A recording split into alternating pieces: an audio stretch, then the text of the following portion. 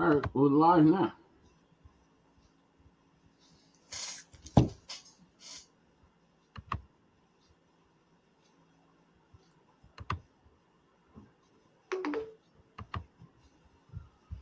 All right, all right. Henry, are we on? It says live.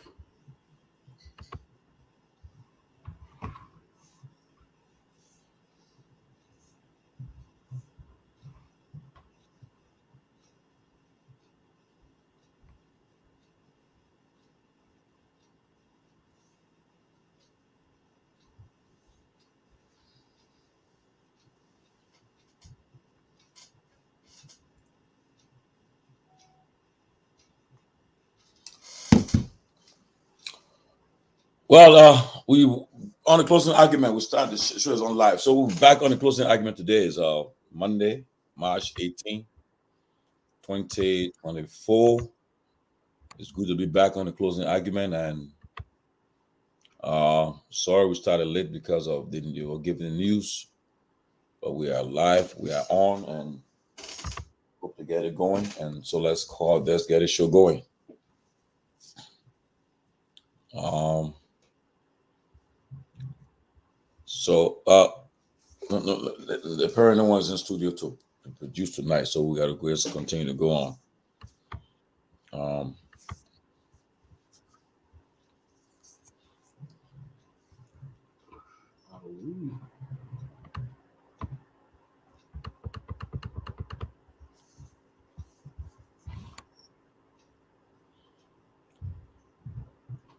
So is it our guys here? Our guys on? Our guys there? Guys there?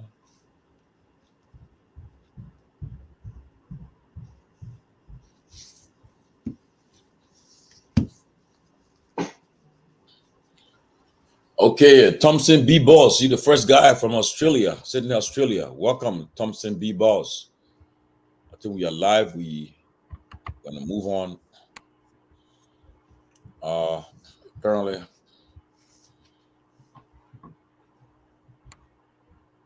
but guys, it's good to be back.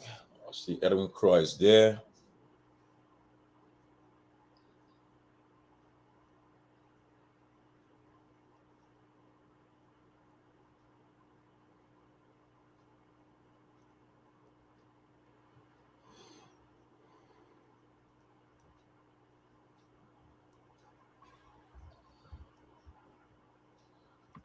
Yes, we ready. Let's get it going, buddy. Super new. We ready, buddy.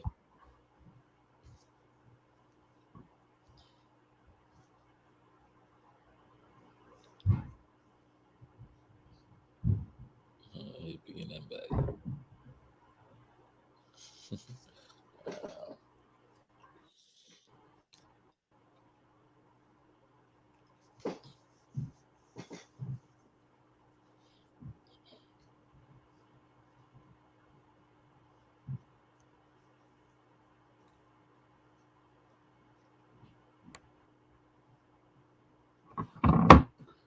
Okay, are we all set on the show?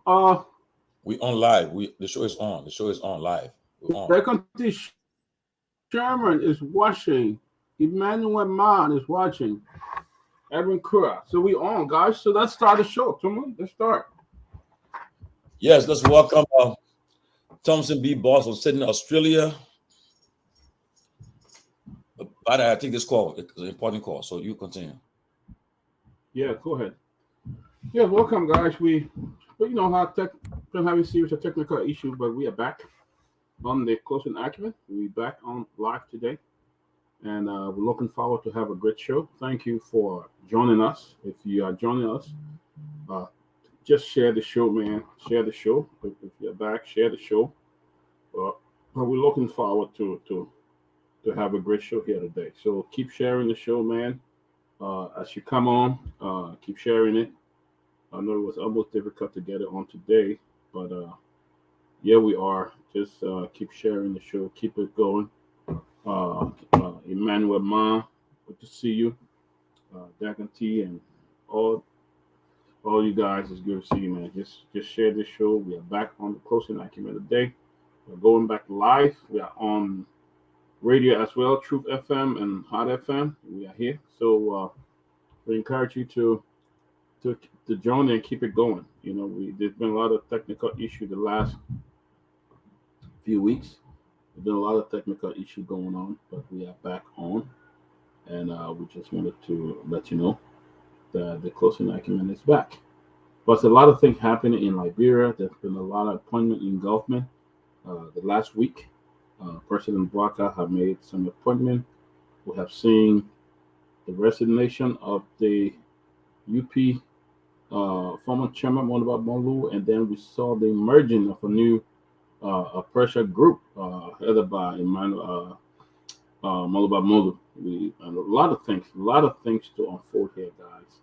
A whole lot is taking place. So we are looking forward to bring it to you as we move forward on the show today. We are looking forward to just bring it to you and share with you what's been taking place. But there was a lot of appointment that was made in Golfman. President Joseph Newman Boaka. A lot of appointment. Let me see what I can put on the list of those appointed just a few days ago. It's a long list of appointment of people. President made some additional appointment. Let me begin with that list there and see. So, see who was appointed today.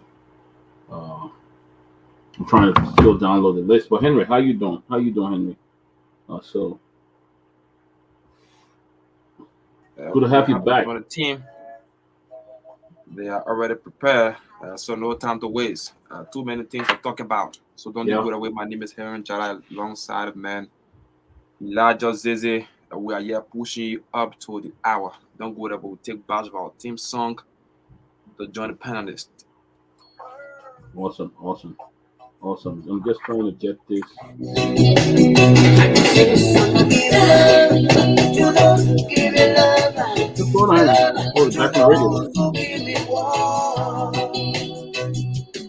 Okay, so let me. We'll just go ahead. Are we okay?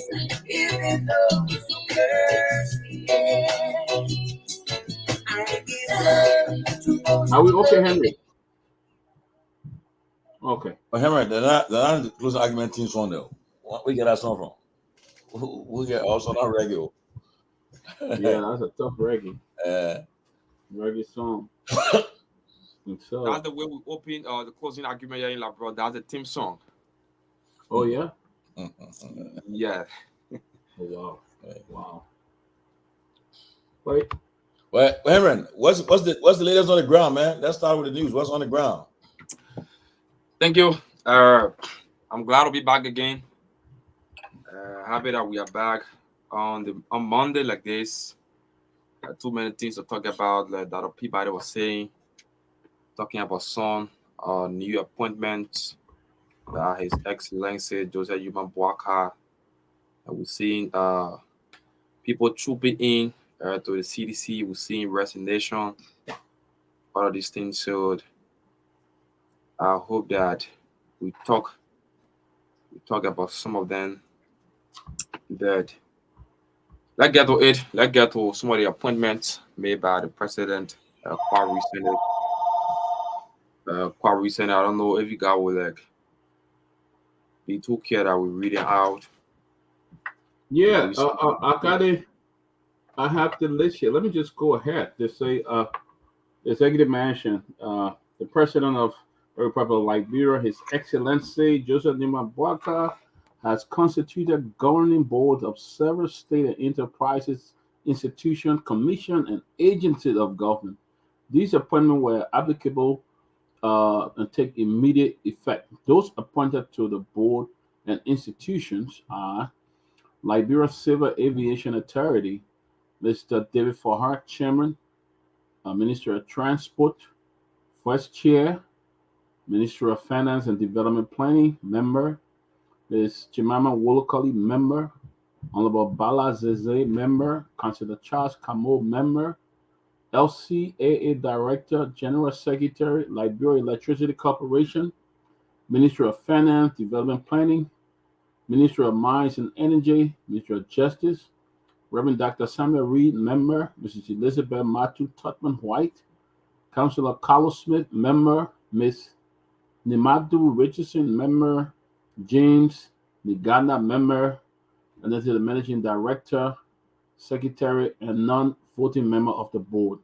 Then they have the Bond County Technical College, Dr. Charles Moluba, Chairman, Joseph S. Koyana, Co-Chairman, President of the BCTC, Secretary, Abraham Nafo Cully, Member, Teresa Voka, Member, Honorable Johnny Kwehe, Member, Honorable Robert Flomo, Woma, Member, House of Representatives, Bishop Minikon Nimpa, Member, John Camun Gamakoli, Member, Superintendent of Bond County, Member, County Education Officer, Member, Asada Mittal, Liberia, Member, China Union, Member, and the Director of NCHE, Member, Minister of Education ex officials.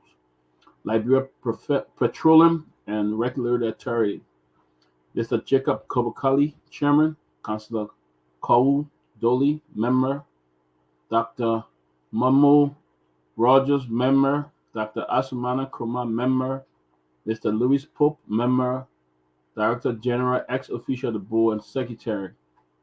Uh, Rural Renewable Energy Agency, Mrs. Doris Watson, Member, Liberia Telecommunication Corporation, Afida Tamba, Chairperson, Anthony George Down, Member, Gloria Menja, Member, Minister of Post and Telecom, J. Richardson Nador, Board Secretary. National Transit Authority, Ben Hollison, Chairman, Atta Gilly K, Member, Cornelia K. Green, Wesley, Member, Minister of Transport, Member, Minister of Finance, Member, Managing Director and Secretary of the Board, National Insurance Company of Liberia, NOCA,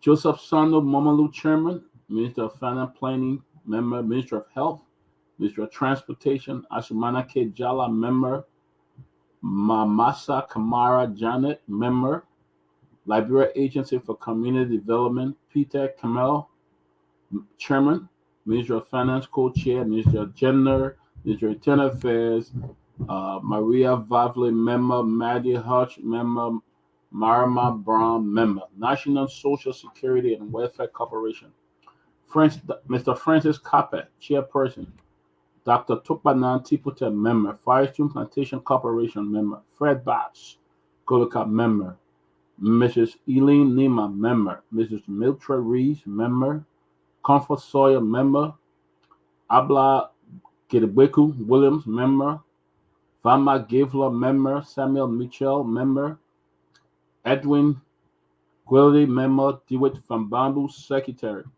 John F. Kennedy Medical Center, Minister of Health, Minister of Justice, Minister of Finance, Member, and the Dean of the Medical College, Associate Member, the President of the Liberia Nursing Association, Member, Chief Executive Officer, JFK Board, Councilor Azeta Wesley, Member, Madam Clary Roberts, Member, Reverend Emmanuel Johnson, Member, Mr. Tony Hedge, Member, Reverend Pay Bagno, Member, National Public Health Institute, Dr. Stephen Kennedy, Chair, Dr. Angela Benson, Member, Dr. Samuel T. Dopo, Member, Dr.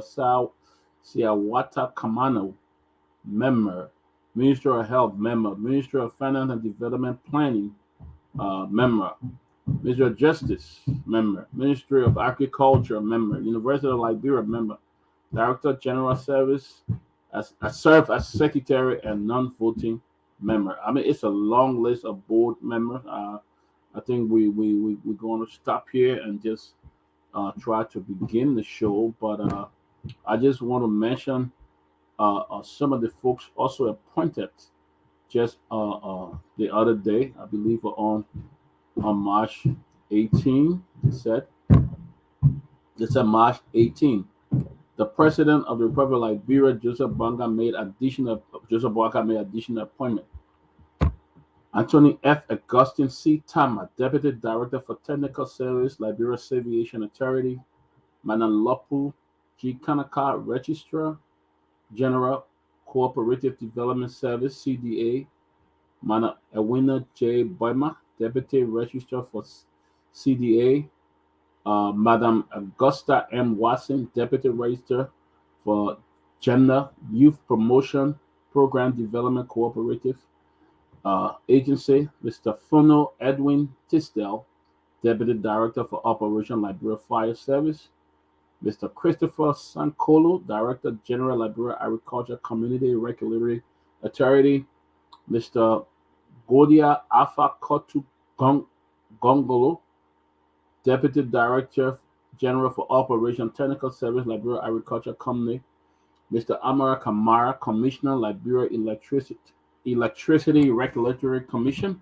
Mr. Charles Brown, Labor Inspector, Minister of Labor. Mr. Henry Benson, Managing Director, Cable Consortium of Liberia. Mr. Sheikh Sekou K. Sharif, Islamic Advisor to the President, Minister of State Presidential Affairs. Mr. Emmanuel M. Horton, Senior Deputy Managing Director for Operation Port, National Port Authority. Mr. Amos Jala Boakai, Deputy Director General Financial Intelligence Agency. Mr. Thomas Nan, Grant Ambassador at Large. Mr. Thomas Nan Grant, Ambassador at Large, Trade and Investment, represented Liberia in the state of Delaware, USA. Ms. Jala Quina Conan, Trade and Investment Representative, Liberia in Ontario, Canada. Mr. Sheikh Al Mustafa Koyete, Ambassador at Large, Minister of State for Presidential Affairs. Dr. Samuel Toll, Deputy Minister for Planning, Research and Development, Minister of Education. Mr. Abba Kanga, Assistant Minister for Basic and Secondary Education, Minister of Education. Ms. Fasam Howard Niswa, Assistant Minister of Early Childhood Education, Minister of Education. Mr. Nathaniel K. Cisco Jr., Assistant Minister for Science, Technology, Vocation, and Special and Inclusive Education, Minister of Education. Mrs. Sona Traore Sisi, Assistant Minister for Student Personnel Service, Minister of Education. Mr. Erickson K. Baga, Assistant Minister for General Administration, Minister of Education. Mr. Thomas Momo Parker, Assistant Minister for Planning, Research, Development, Minister of Education. Mr. Jerome Jayi, Deputy Director General for Audit Services, Internal Audit Agency. Mr. Edward Moluba, Deputy Minister for Research, Development, Planning, Minister of Internal Affairs. Mr. Emmanuel Nyenwolo, Assistant Minister of Research, Planning, Minister of Internal Affairs. Madam Ellen Pratt, Deputy Minister for Urban Affairs, Minister of Internal Affairs. Mr. Stanley A. Burma, Assistant Minister for Communal Farming, Minister of Internal Affairs. Ms. Lucy T. Tape, Assistant Superintendent of Development, Montserrat County. Councilor Bobby Livingstone, Deputy Minister for Press, Public Affairs, Minister of Information and Tourism. Ms. Kayatu Dips, Deputy Minister of Culture and Tourism, Minister of Information, Culture and Tourism. Ms. Johnny S. Tape, Deputy Minister. Mr. Johnny Tape, Minister for Administration, Minister of Information, Culture and Tourism. Ms. Harrietta Barron, Assistant Minister of Administration, Minister of Information, Culture, Tourism. Ms. Matthew Nemplu, Assistant for Information Service, Minister of Information. Mr. Nat BJ, Assistant Minister for Technical Service, Minister of Information and Culture. Honorable Johnny Weaver, Commissioner, Chief Executive Officer, Aircraft Accident Investigation Bureau. Mr. Abraham T. Simmons, Executive Director, Principal, Deputy Aircraft Accident Investigation Bureau, AAIB. Victor A. Pasia, Deputy Managing Director, Administration, Forestry Development Authority. Madam Gertrude K. Konian Nally, Deputy Minister, Director, Commercial and Technical Service, Forestry Development Authority. Ms. Nora G. Buya, Deputy Managing Director, Community Conservation and Carbon Harvesting Forestry Development Authority, and City President Barack acknowledged those nominated and appointed to continue to demonstrate diligence, commitment, integrity, professionalism, and loyalty in service to the country. All right, that's where we end. So, so that's where we are today, guys. Uh, Sarah Double, welcome. JNB, you are the best. Hungry, Alexander Boniface, Emmanuel, Sata Dawson, Elizabeth, Emmanuel Blade watching. So we are here. There we are, guys. Uh, uh, let's begin the show. Okay, we got okay, the Minister of Foreign Affairs, Madam Cyril Beslo Yanti, she wants everyone holding diplomatic passports to return them immediately. She has demanded that everyone holding diplomatic passport return them um, before tomorrow, March 19, 2024. She said anyone who refuses to return his or her diplomatic passport on or before the April 25th, said passport will be considered invalid or be denied usage anywhere. Liberian Dean of the Cabinet has said that no record of how many people carrying Liberian diplomatic passport around the world.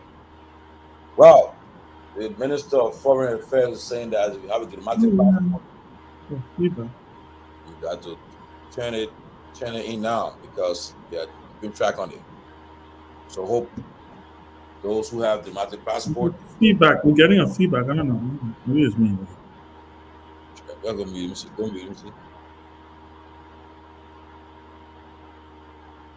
I think it's from Peabody. Peabody, meet us. Let's see. They're like, you got some fan on. Yep. Yeah. So, the Minister of Foreign Affairs is saying that if you have a diplomatic passport, you turn it in. Well, Ben, that's what the minister is saying, though. So, what your take on it? I mean, it's standard operating procedure for me. It's not a big deal. I don't know. I mean, look, for me, I think these things are. I'm waiting for the time where I mean, I understand they had to make an announcement because they had to get people to do it, right? I just hope they go ahead and put in place whatever mechanisms they need to put in place.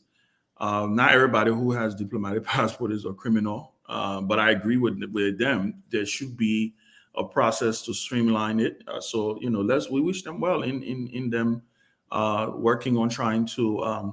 I know there was a whole press conference today, but that's the only thing that I heard. I didn't get a chance to. I did not get a chance to listen to the press conference, so I don't know if there was anything else they talked about. But the only news that came out of it was the fact that what's the thing name that they said everybody should turn in a diplomatic passport. But again, like I said, it is these things are a standard. Every new government comes in, they attempt to do these things. Let them just make sure that we have the right mitigating measures in place so that we don't have to continue to go through this this over and over. But yeah, let's go ahead and see. Also, I mean, it is confirmed that they have decommissioned the NSA audit. Is it official?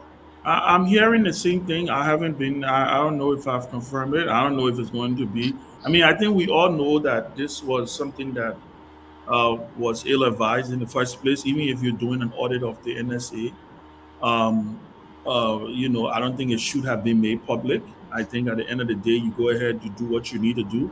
But I think they've been so preoccupied with scoring these small political points, that every time they do something, then they have to come back and eat their words. Come back and eat their words. Come back and eat their words. My thing is go ahead and just do it. Go ahead and do it. Let the action speak for itself. Let people know that you are doing what you need to do. But I heard it just like you did. I'm not sure what has happened. We're going to be checking to see if it is true, or if it's not.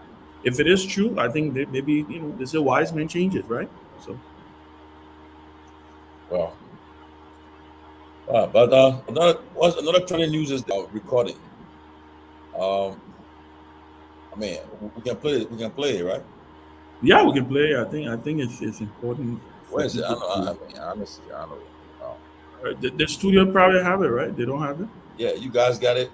Henry, you guys got our Prince Johnson recording?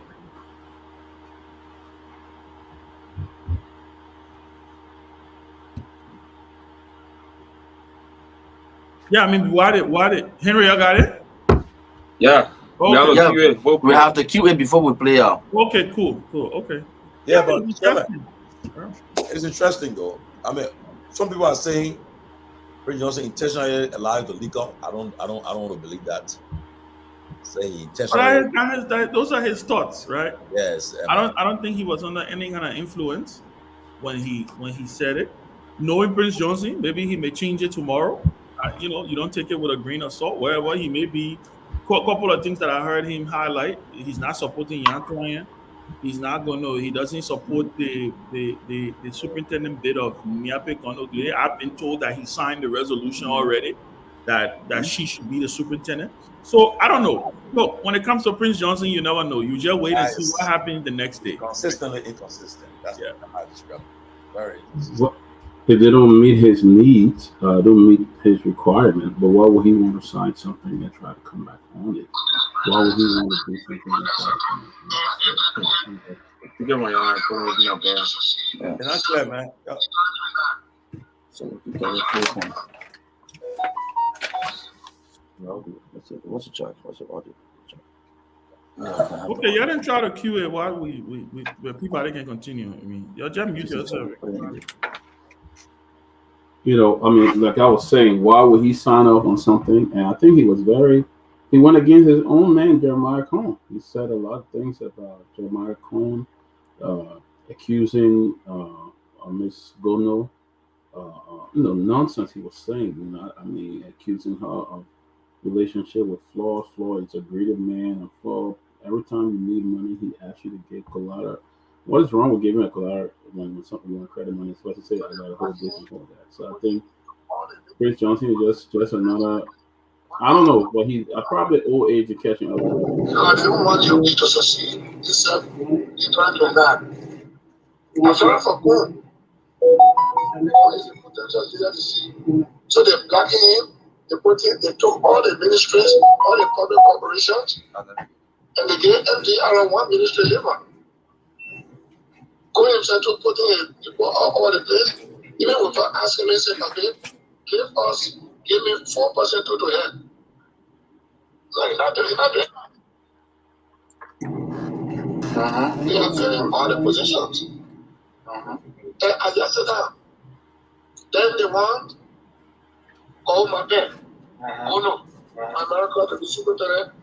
Only then what the caucus agree on. We agree on sundown. She's a lawyer. She had an NGO there. So I have a lot of people there. You got, are you there? Yeah, I'm getting you.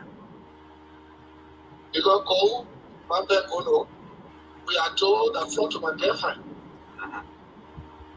And go and flow to my boy in business. Go up. So they want to get the board to become superintendent. So all the contracts in the country that we given to fraud.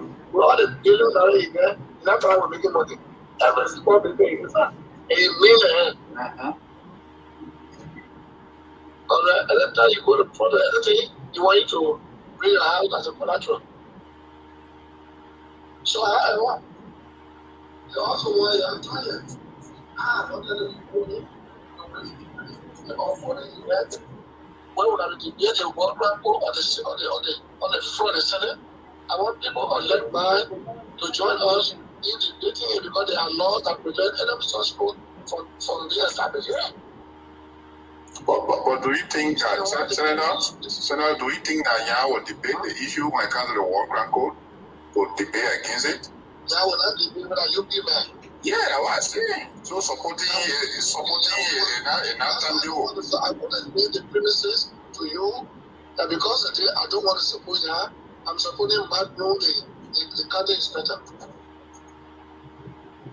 Yeah, that is the best way because Nya we connect with the UP hierarchy. You will connect. But Magno is our son. He believes in us. and he will not do anything messy. So he will join the MDR by Monday, and we will register him and we'll support him and he will win. That's it. So Yeah. that's So did a man join the MDR back Monday today? Did they register him? Do we know if they No. register him, Dominic? I don't think so. I've been trying to get Senator Johnson all day today, and he's not picking his phone up. So. Well, look, for me, I think look, whether we like it or not, I think Prince Johnson has to understand something that he either way this thing was going to befall him, right? This fear of this war crimes court thing, I think at the end of the day, he should stop making it about himself and just accept the reality that this is one of those things where it will have to happen. If it does happen in the next year, 2 years, whatever time it happens, at the end of the day, let him just do what he got to do. But this notion of him always coming up and saying these things, at the end of the day, for me, I don't. Like I said, he said today the man was going to resign. I mean, to join MDR and register. We haven't seen that.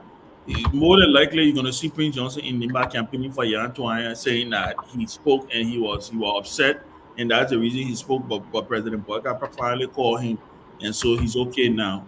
On the issue of Mimi Gono, like I said, I've been told reliably by people, members of the National Legislature, that he has already signed the resolution supporting her to be superintendent, and she is going to be the next superintendent. So let's wait to see what happens. At the end of the day, that's just my thought on it.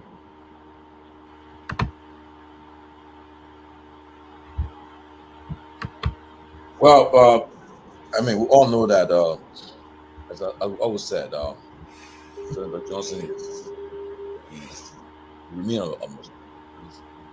He has influenced the last 3 presidential elections in Liberia. Take care or leave it. In fact, he votes for the going election increase. He controls Nima. He's the godfather of Nima, and so. But I think it's about time that reality sets in that he just cannot continue to obstruct the process. Now, he's been holding on this superintendent position for a long time. I mean, all the other caucus members were in line, and he's been trying to push his own agenda. And now, here we are. He's complaining about position. But I mean, everything is position. How they take the job and give to the person and that person and so forth. That's what he's been doing for the last 18 years. Prince Johnson he's the longest serving lawmaker now. He has served 2 9-year terms. It's his 3rd term he's on. So this man is dominating the politics and he's controlling things. But again, as we said, let's see what happens with the war crime court. Let's see how far it's going to go. I know people are pushing it. People are determined that they're going to show that this is not put on the kick under the rug to make sure that it happens. And he told me that it's not going to happen, but let's see what happens. We want to hear President Boyka first major press conference. When he addressed the first major press conference, we expect to hear from him maybe in May or before that. And the question should be asked. Yeah, what's his position on the war crimes court? He's still going to push it. But right now, I think it's stalled in the Senate. I don't know how the Senate is doing right now. I've got the House pass it, and it's stalled in the Senate right now. Hopefully, we can bring it to the floor for the up and down vote so we can know what's happening. But we just cannot continue to allow impunity to permeate our society.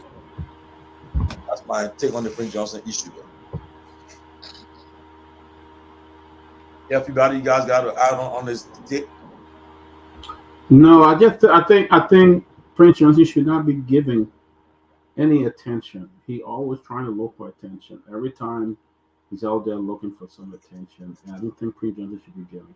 I hope that the Senate can act on the War and Economic Crime Court. It is very important that takes place, or they sign off on it, because you cannot stall it in the Senate. The House did a great job of passing it. I think the President pro tem need to get up and get her people to get on this. It's about time that it's passed, I think. But with Prince Johnson, every time going, somebody see himself as the king of Nima, that nobody can function in Nima without his approval and all those things. I think those are ludicrous, and I think it's important that people move on. He's all about job and making money and getting money from the people in Nima. That's all he's about, getting money from them and trying to tell them, accusing Jeremiah Cohen and all of that, or Jeremiah Cohen was sitting there. And I mean, this is just metrics that he's using. I don't think you should give him any attention. He's getting closer to stand trial, and I think it's getting to him. So that's what I got to say. Captain?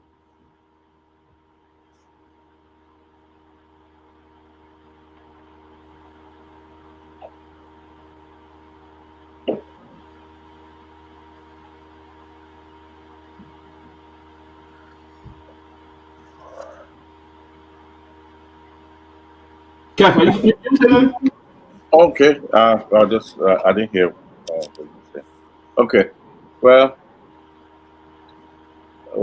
Prince Johnson on the Prince Johnson tape is very consistent to what we've been and same with Prince Johnson for a long time. So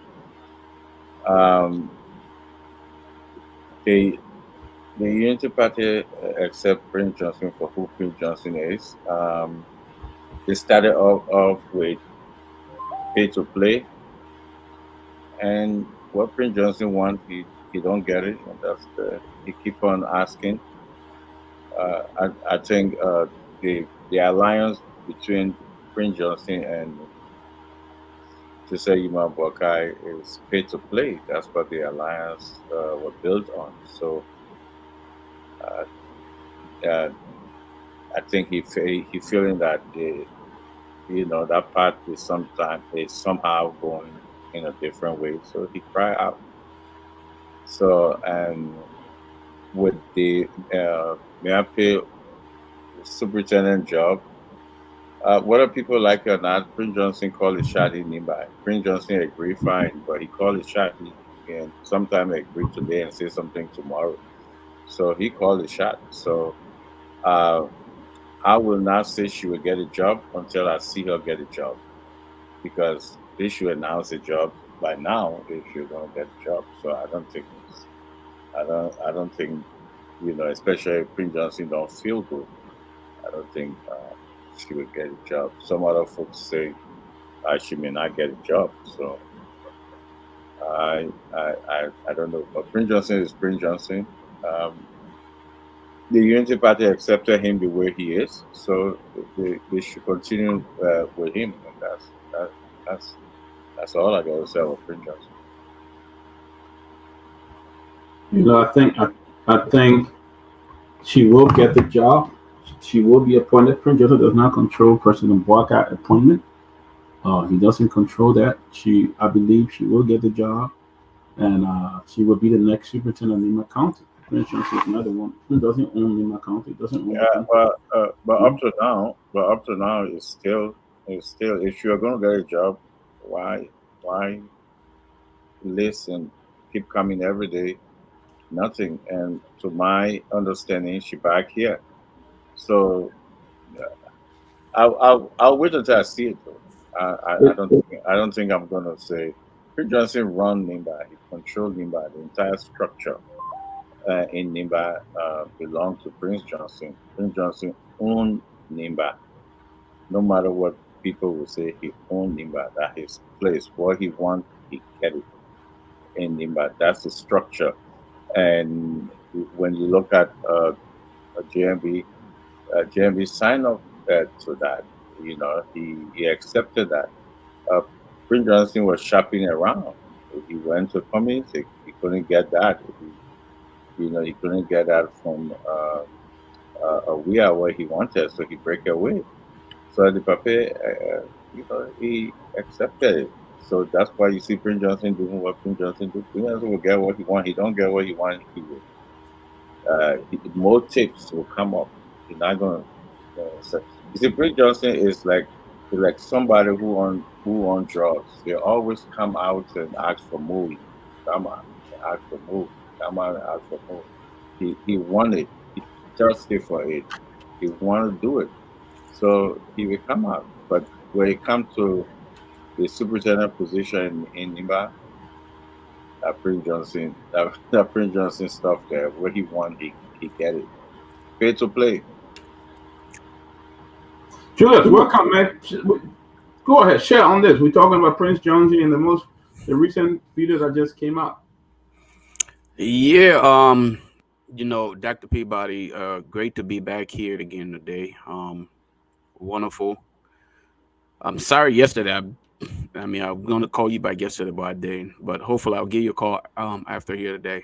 Um, Prince Johnson. The issue with Prince Johnson and other people, there sometimes it's very sickening, right? When we sit and talk about Prince Johnson having to control the narrative in Liberia, our body politics.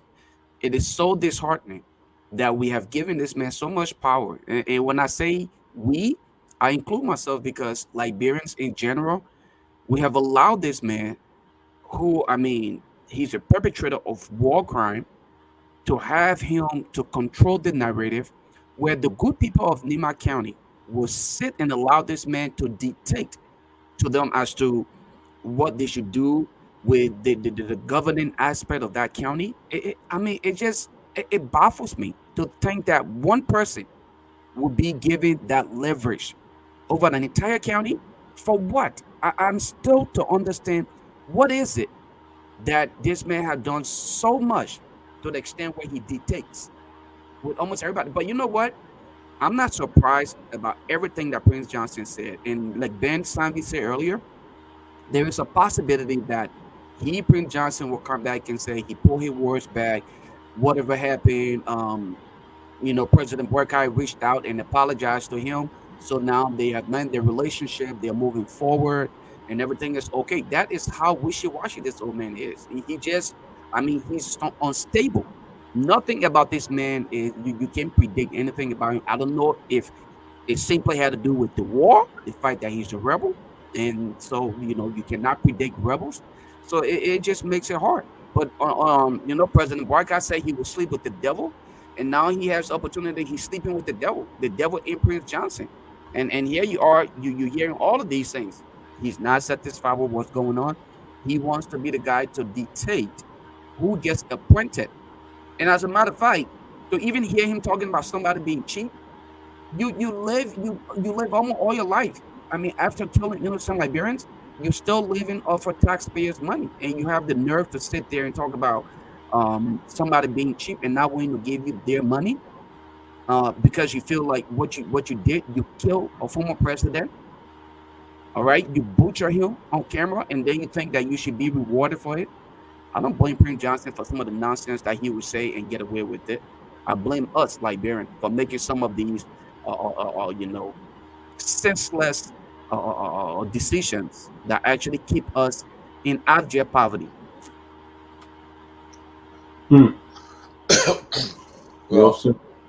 PYG is PYG, man. Like I said, I've considered. I was trying him to be consistent and inconsistent. He's someone who I followed, and he's just not consistent. But again, like you already said, Lofa is the Liberian people that continue to make this guy relevant. So that's where we are. But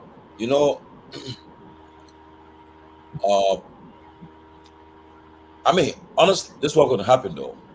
The issue of the war crimes code, if it comes to full center, this is what we're going to find out what's going to happen, who is who now, because either he and the VP will break rank and file, because if we're supporting it, the U.S. government, our major partner, our major international partner, our major donor, they are in support of it. They are pushing for it, and President Bogart, he expressed the hope that he's for it. But now it left now with PYJ and the senators, because right now it's in the Senate. So I think the Liberian push should start putting pressure on the Senate to make sure that they put this stuff up for an up and down vote. You should put it up.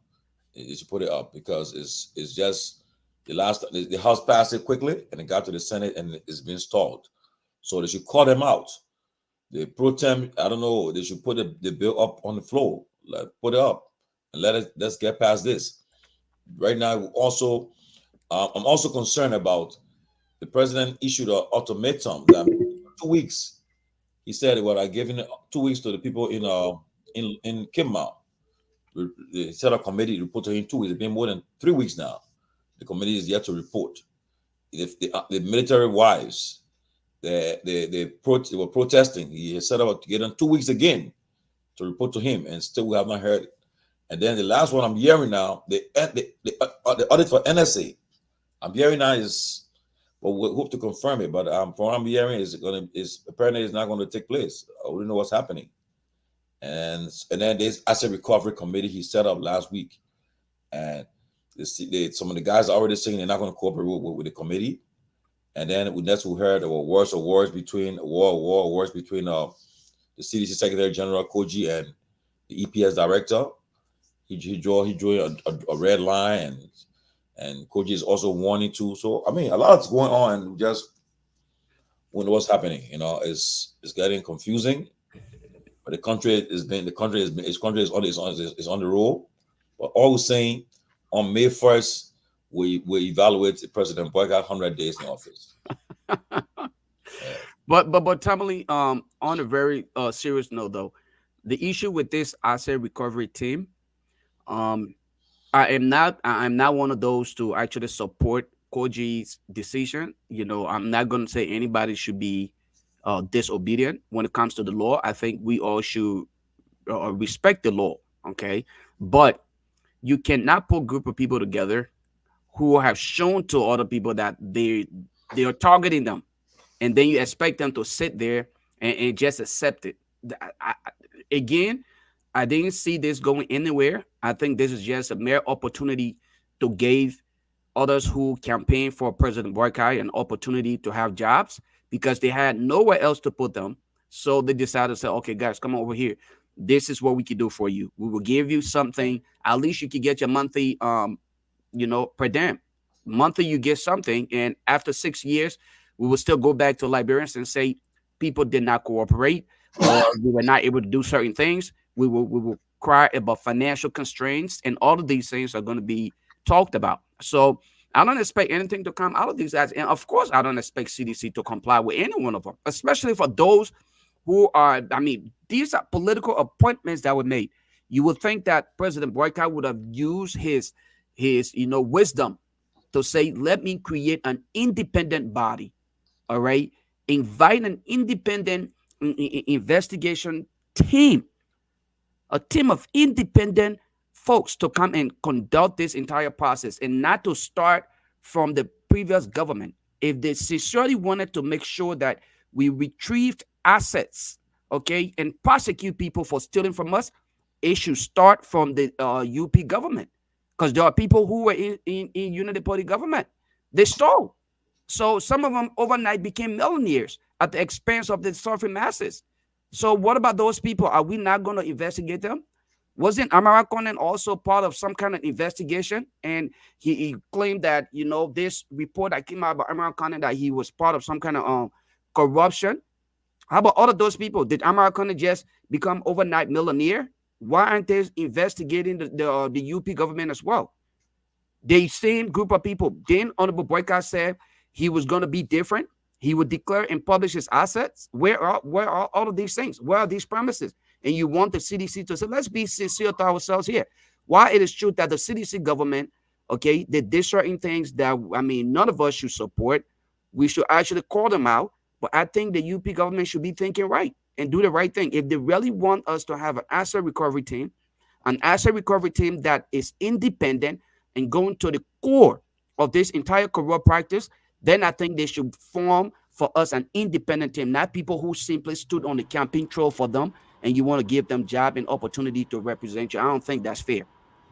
Yeah, I think, Julius, what you said is very true. I think I do support the president in calling for an asset recovery team, but I think I would want to see him go back a couple of years, beyond that, go back 3 or 4 years and say, hey, we will do this, we'll do that. Because there were audits that were done by the very government. There are some audit out there that were done by UP, and some people were even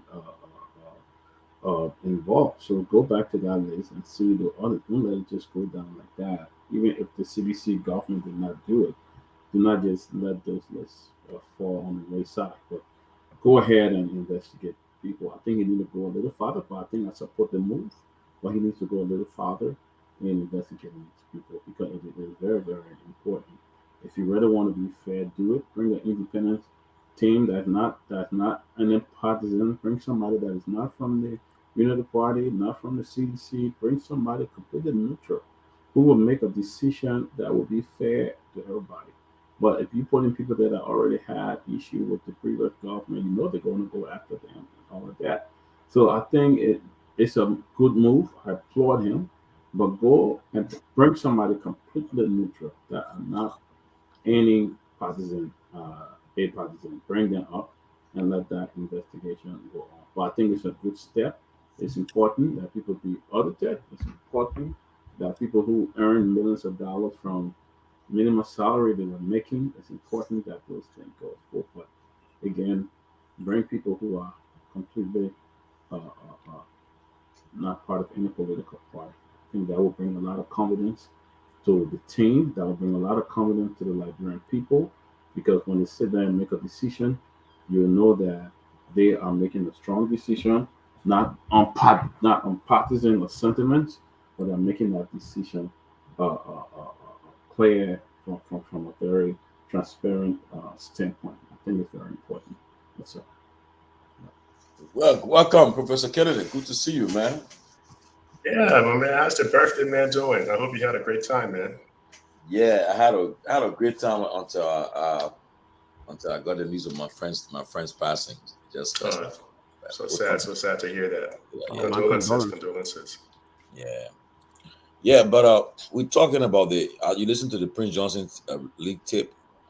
Yeah. Mm-hmm. Yeah. What's your thought about that tape? About what you heard on it? Yeah, I think Prince Johnson has proven everything that is wrong with Liberia. When you have somebody like this in this position that seems to be or keep trying to hold the country at a hostage, it goes to show that this is what pretty much is wrong with Liberia. For someone like Prince Johnson to continue to have this level of control over successive governments or attempt to control successive governments, that's everything that is wrong with Liberia.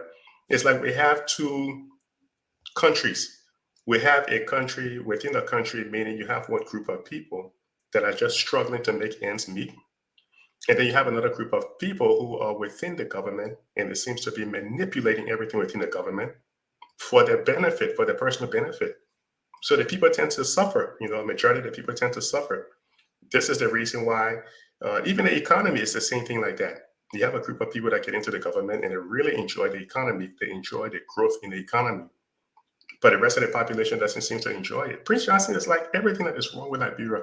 And it seems that everybody makes, people who wants to come to power seems to make the same mistake of giving Prince Johnson credence.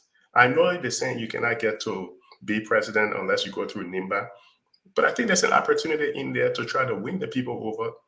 Well, I happy to work alongside Prince Johnson. I know, Tomalin, Chief, you said Prince Johnson is the godfather of the county. Yeah, people respect that. But still, this is the reason why the country doesn't seem to be developing at the rate it should be developing at.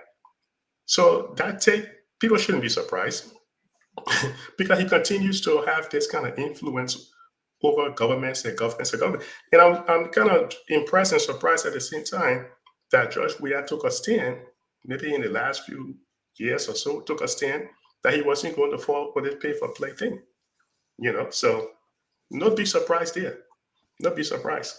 But your last statement. But if he took a stand, but people are saying they're causing an election though. So I think this is an opportunity where you have to do something on moral grounds. Take a stand, do something on moral grounds, and people remember you for that. Then you never know. If you fight, you lose, you run away, you can still come back the next day to fight. So he took a stand on moral grounds. Yeah, maybe hopefully the next time he comes, people will say, hey, they made us need Prince Johnson anymore. And to my man Lofa's point, I don't know if it was Lofa or him, the Doc Peabody that said it. This is what, his third term? You got to be kidding me. 9 years term, 9 year. 9 years. That is absolutely ridiculous. It's ridiculous. Absolutely ridiculous. Can we measure the level of human development for Nimba? I know Montserrado is all the way up there, Grand Bassa, some other counties in the bottom, but Nimba hasn't developed at the rate that it should be developing, considering the level of resources in Nimba. And because the country depends on foreign aid, U.S. government cannot be doing business with Prince Johnson. So they're not developing at the rate that they could be developing at. So, hey, but I think it's an example of everything that is wrong with Liberia. He's proving everything that is wrong with Liberia. And this has been going, it's not just him. It's been going on since the 60s, the 70s. We've seen it decades over decades. There's no reason Liberia should be poor, but it's poor because of the way how certain people control the government, control the economy, control the tribes, control, the nepotism within the country. That's why Liberia is where it is. So, Professor Kennedy, though, this is one thing that I have over the years heard people say about Nimba County. Every time you talk about Prince Johnson, and I don't want us to generalize this whole. Let me not say us. I don't want to generalize this because I don't think it's everyone in Nimba that is in support of this. But it appears to be that I think there are more people who support Prince Johnson because of the mere fact that he built a university. And they forget to understand that in itself is not any form of investment for the county. This is Prince Johnson. And you can correct me, Professor Larry, on this point. I look at it as Prince Johnson having to invest in his 401k or retirement plan because there is a one that is in Liberia that works. Okay, so once you start having people going after Prince Johnson, he knows he have already invested. He saved his money in that institution because at the end of the day, that is where he will still get his money from. That's his retirement. That's his 401k. If he's no longer in government, he's going to be the owner of that institution. Liberian don't own it. Prince Johnson and his family own that institution. I see why people would say, do we not benefit from it? Yes, you benefit from it, but guess what? To some extent, you are limited. This is you're not going to sleep in that place. You don't own it. Prince Johnson understands the value of education. The question should be, why did he not advocate for quality education at the Senate level to make sure that they were investing in, adding more funds to the budget for education? You understand what I'm saying? Why is he not advocating to make sure that if there are community colleges in Nimba County, that these community colleges are advanced, they are providing all of the things that are needed to provide quality education? Now, when he take money that was stolen from us and then go build in Nimba County because he knows that we don't have pension plans, we don't have 401k, and if he put his money in the bank when he's no longer in office, if we are to have a government with spine and to audit him, of course, something's going to happen, right? They're going to take that away from him. So I think that's what the problem is, and that's what he's afraid of. The funny thing about all these politicians with colleges and universities in Liberia, you need to understand, number one, what is the graduation rate? How many people are graduating from these schools and how many people get jobs after graduating? Sometimes, like you said, they may just be using it as a way to just, maybe a little side hustle. But the value of a college or university degree is at the end of the day, you're going to be able to get a job in the field where you study. You don't see that in Liberia. Can you tell me the graduation rate for the people that are going to Prince Johnson, South Joseph, or any one of the guys in colleges and universities? You don't know that. Can you tell me how many jobs people who went to the colleges and university landed after they graduated? We don't know that. So that thing might just be a waste, complete waste of resources, because without being able to tell us how well look, it's just a little side hustle for these guys. Then, they should be putting our money directly in the education budget and develop the system holistically for everybody as a whole. Right. Grow the economy so you can create jobs for the kids then when they graduate from college. But they don't do that stuff, So I tell you, man, we gotta at some point we gotta get serious and wash our hands on Prince Johnson, and not do business with him. Professor Kennedy, have you seen the new budget that was submitted? Have a copy of it? I've been waiting to get my hands on a copy, and I haven't gotten the actual copy from the MOFD yet, from the Ministry of Finance Development Planning. So you have a copy? No, I'm trying to get hold of it. We need to see that budget. So far,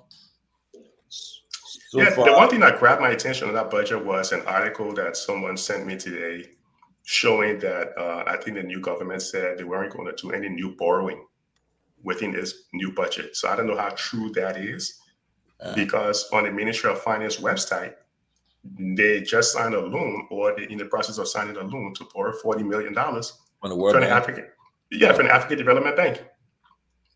So I'm still waiting to see the budget to see if there's a line item in the budget that talks about new borrowings. And there's nothing wrong with borrowing. I firmly believe that you can borrow up to $750 to almost $1 billion.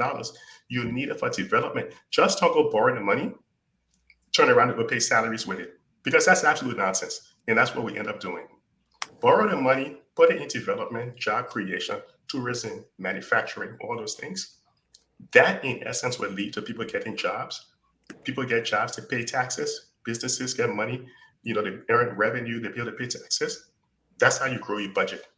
Don't just go borrow money, take it, and go rent cars and buy cars for government officials and let them fly private jets and all this nonsense. That is the problem we've been seeing over and over and over. But just imagine now, this new budget.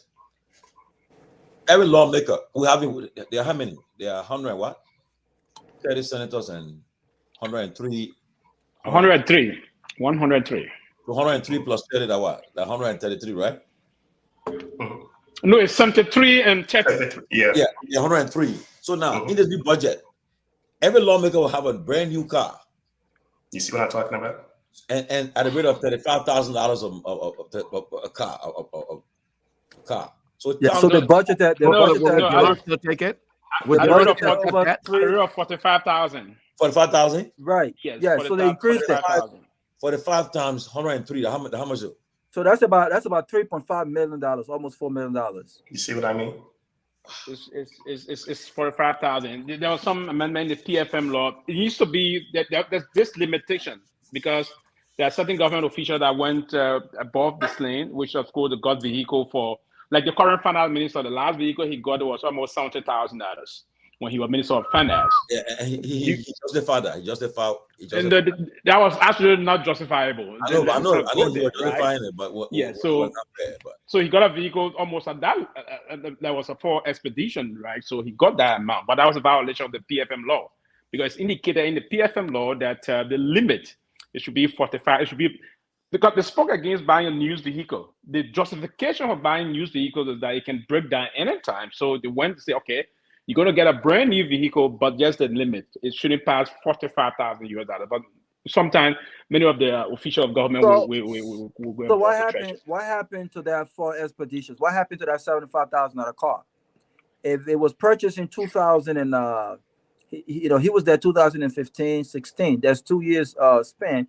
2017, 6 years. That car, if it's a new car, $75,000, that means he could still use that car. So why are they purchasing new cars? So it's it. There's a law. The GSA got a kind of a policy. It's not a law, policy. After 3 years, for instance, Robert Gagwa got a vehicle as Minister of Health, and then that vehicle was bought in 2024. Robert Gagwa, if he stay on as Minister of Health, he would use that vehicle. It would depreciate to a certain level. Then Robert can now apply to purchase the vehicle for himself after 3 years. Yes. To own the vehicle.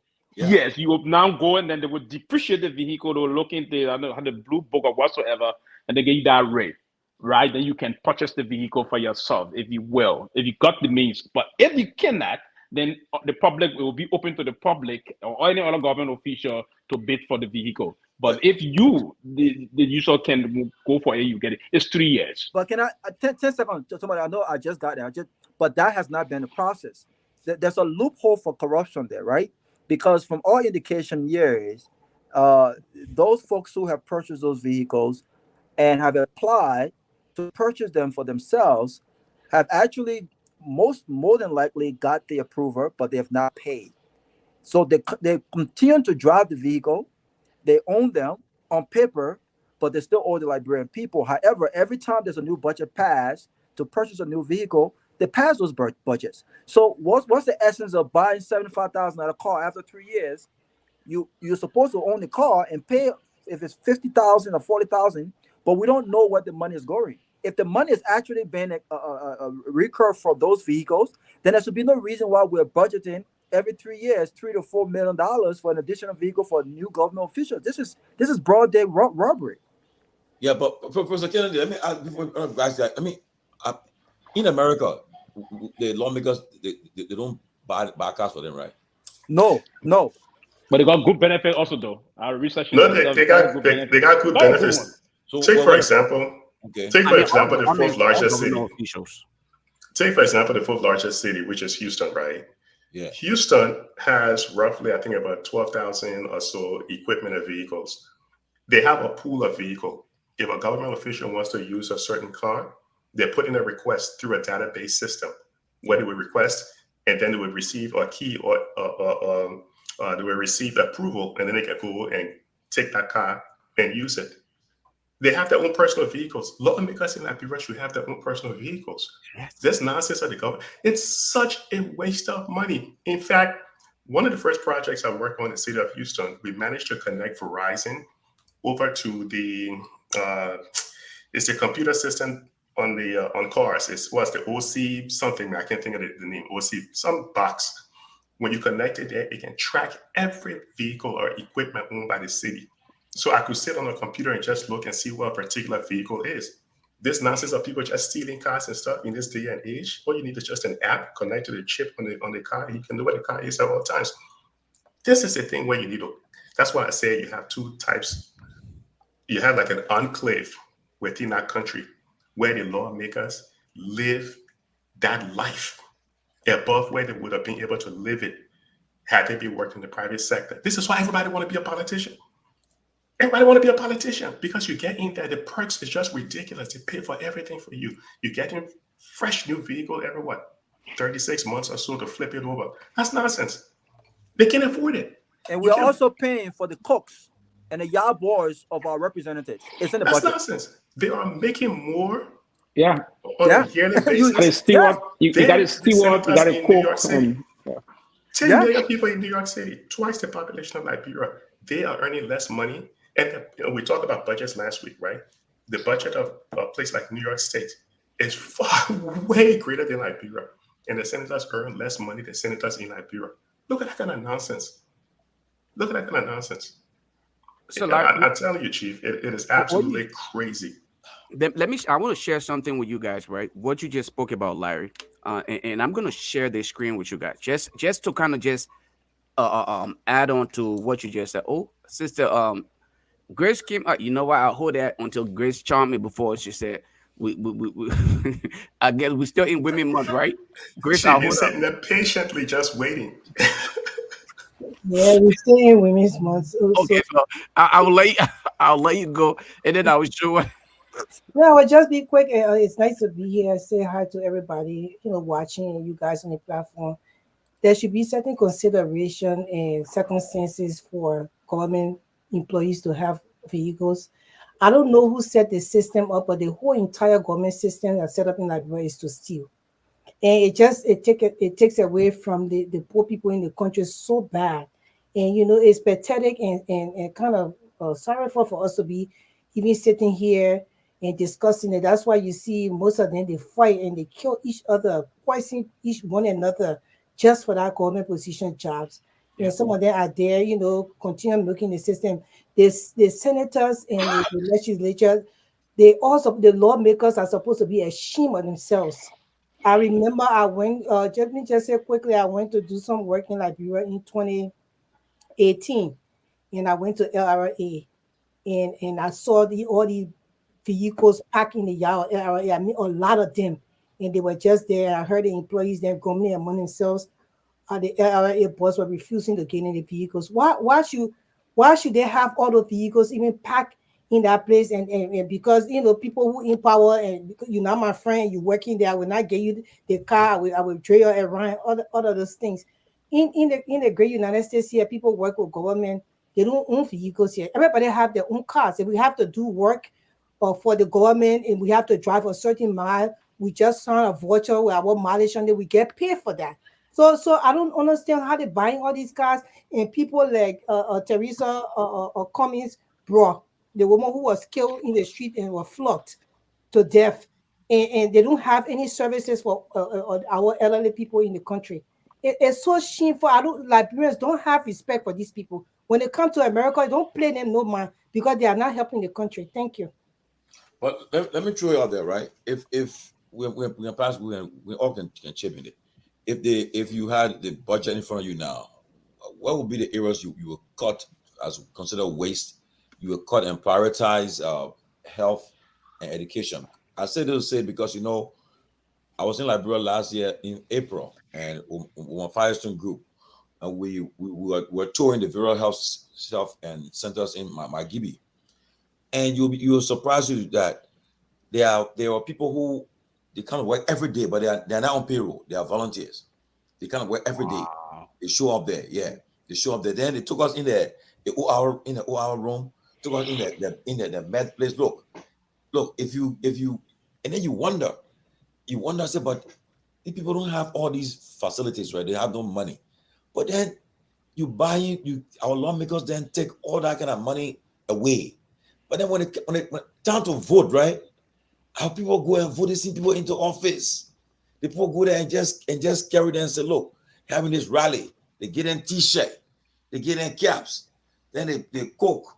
I don't know, but if you had a budget in front of you, what will you cut in the budget and put it towards education and health? The first thing, we go around the table, everybody can chip in only 2 minutes on it.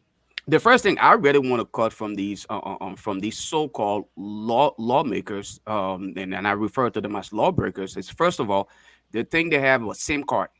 You're not getting no SIM card. Okay, we will open a government account with any of the GSM companies. We will pay for the phone just like it is done here.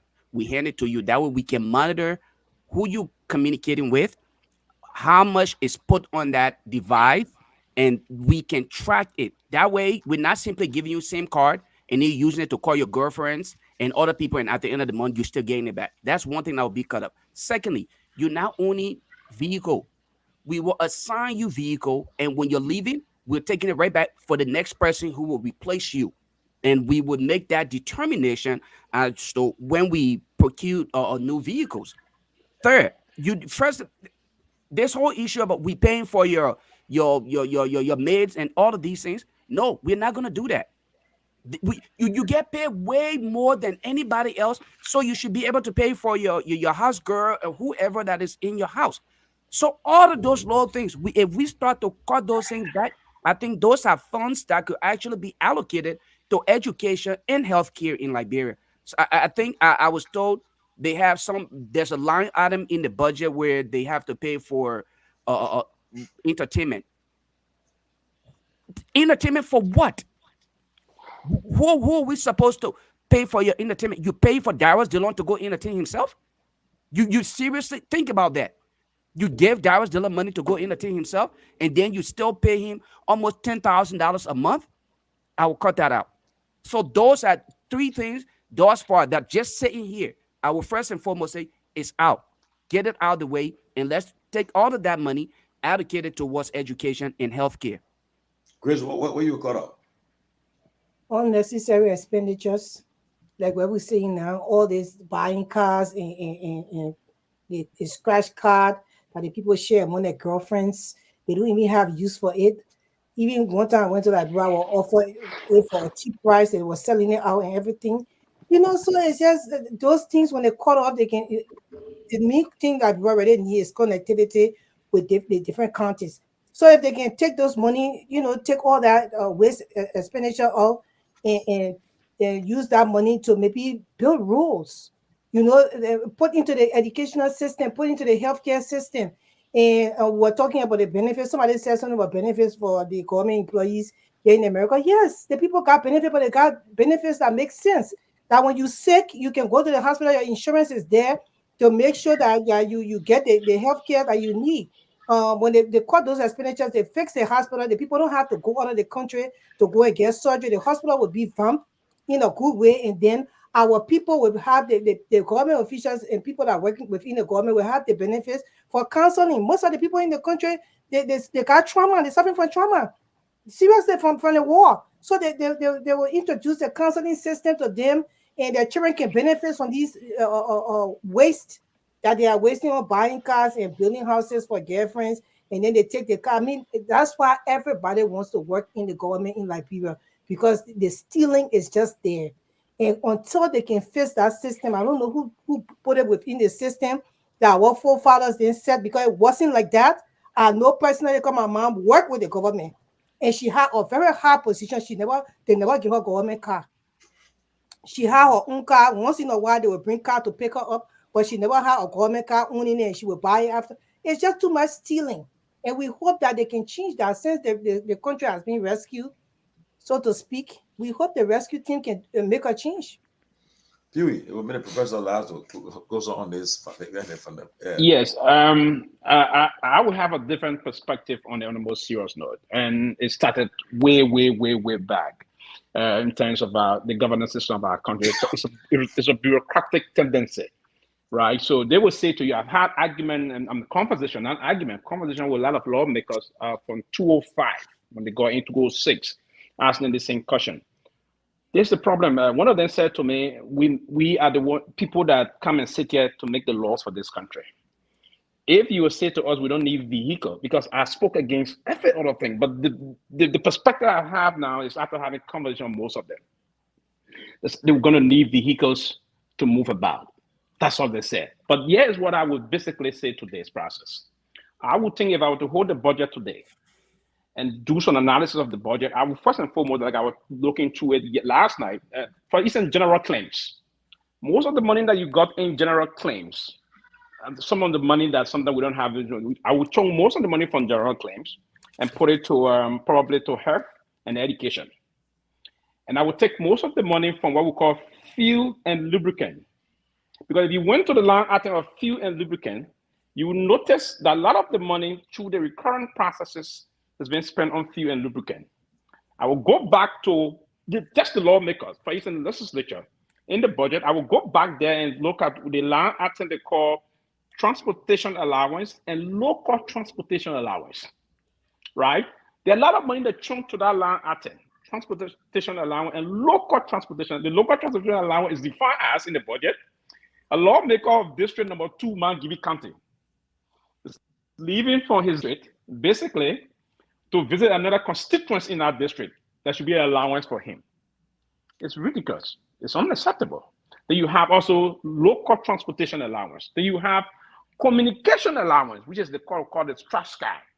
They got communication allowance. They got local transportation allowance. They got fuel and lubricant. Then they got what we call constituency visitation. So, it's a long process here going through it. Sometimes we sit and we want to move around the budget process and money and colleagues. So I want to go through all of those things. Leave the issue of buying a vehicle 3 years. That would not cost more. But look at other things they chunk in the budget. There are a lot of areas they chunk. Then they say the guy will call Constituent Legislative Development Fund. Every lawmaker will have to chunk certain amount of money in the budget for constituents engagement purposes. So if you were to mount all of this money, you're going to pull a lot of millions of dollars. So I would be very, very strategic in going first and foremost to general claim, remove all of that. And then we want to focus on health and education. Then we move back to infrastructure, because most of our problem will come from the infrastructure aspect, road development. Where are we supposed to be moving with roads and other areas? So there are a lot of things we can come through the budget and a whole lot of money and save money for other major issues that are very cogent to the need of the Liberian people, I think. Robert, what you cut from the budget? Listen, I don't think. Look, why is it that I concur that we should have government cars for official businesses.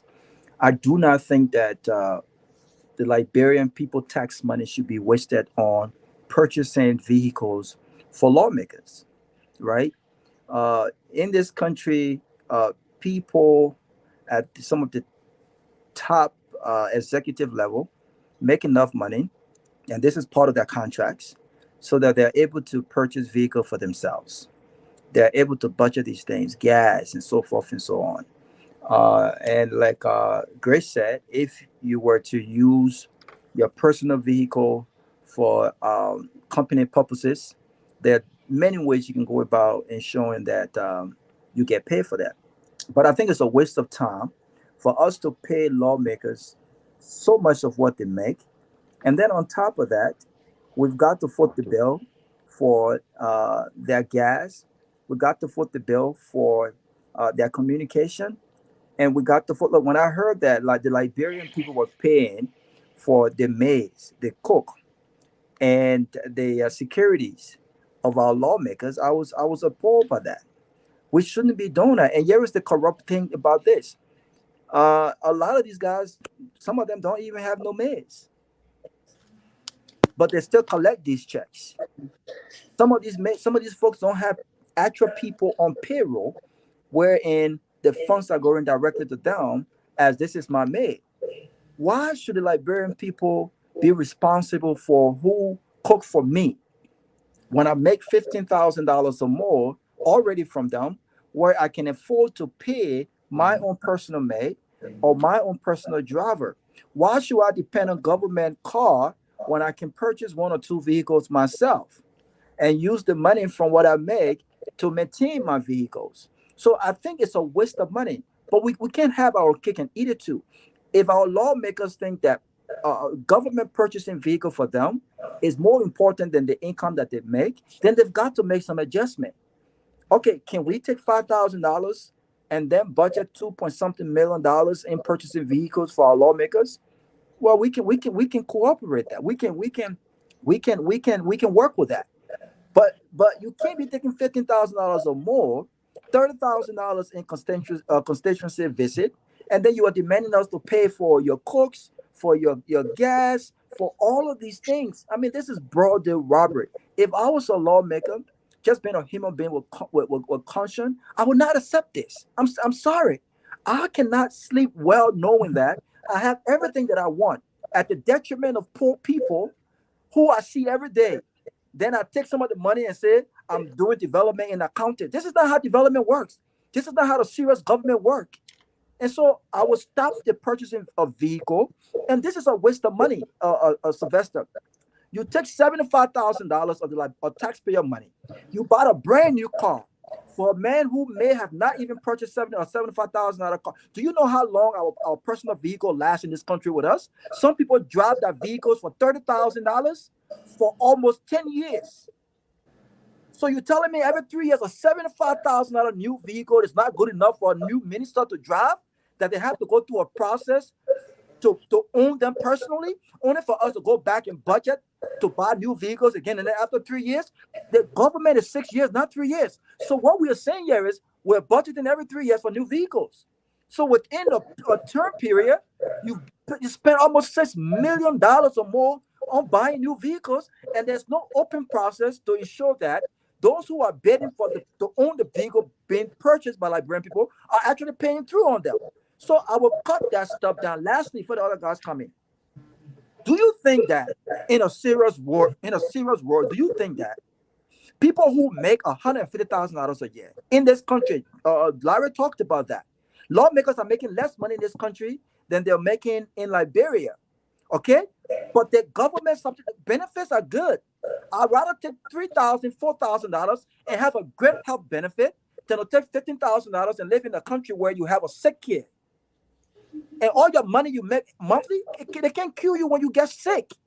So our lawmakers are not thinking about this. All they're thinking about themselves. I will collect as much as I collect monthly, as long as my house is built. I have a nice car, AC, good. I mean, this is ridiculous.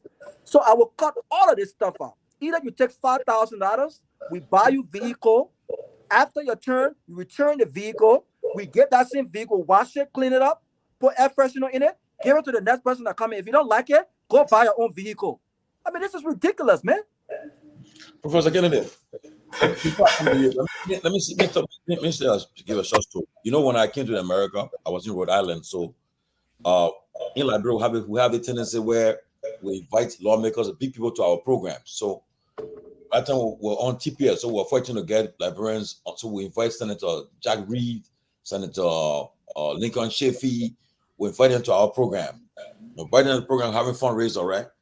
The people take out the gave $20. So we say, oh, but you think we see the senator, you call the senator on me, right? Senator, the man come get $20. Say, who's senator?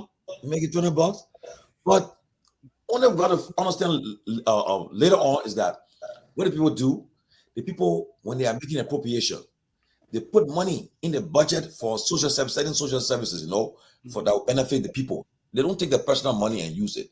Now, what I noticed too in America, 90% of the lawmakers there, who said I already millionaires before they run for the exactly. They already got money. So the people here, and when you check the people, I mean, just imagine. Professionals. I was listening to the news this morning. Biden there alone, they already now raised $50 million just February 1 month for But John Kerry has been a multi-millionaire. Yeah, for your wife, the hands, catch up. So, Professor Kennedy, my thing is that, do you think if the positions that we run for, if they weren't attractive, I think people will gravitate towards it? Because people see that, okay, Tomalin Joy, they saw me on Broad Street. I know I had no car. I was walking in the sun. I was going to the Atayi shop. We were making all the battle cry. By the time I became lawmaker, they saw me in one Jeep. So the next man said, then maybe Rawa Tuna, who was to see me all view, he said, see my man Georgie. Then Rawa said, I'm running too. But do you think if they make this thing less attractive, people will run for it? Because I believe my thing is that I think it should make government jobs and less attractive, that people will run for it and run to the private sector. Yeah, but what do you think about cutting this budget and so forth? The only way you can make the government jobs less attractive if you build a vibrant private sector where people would be willing to go to the private sector as opposed to the government sector. In addition to that, you make the government sector in such a way that if you go in, you automate a lot of the processes so people are not holding cash in the government sector, right? Because when people get their hands on cash, money can disappear. We know money tends to walk a lot in Liberia. It will walk away from the state coffers. Guess what you do in order to help the country? I would trim the president and the vice president's budget by 5% right off the top. Let them lead by example. Because a lot of times the budget has a lot of fat and pork in it to say they're doing their own personal projects. Trim that, but at least 5%.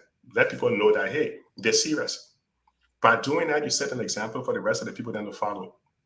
Put that money into tourism. The reason why I mentioned tourism, I know education, healthcare, all of those things are good.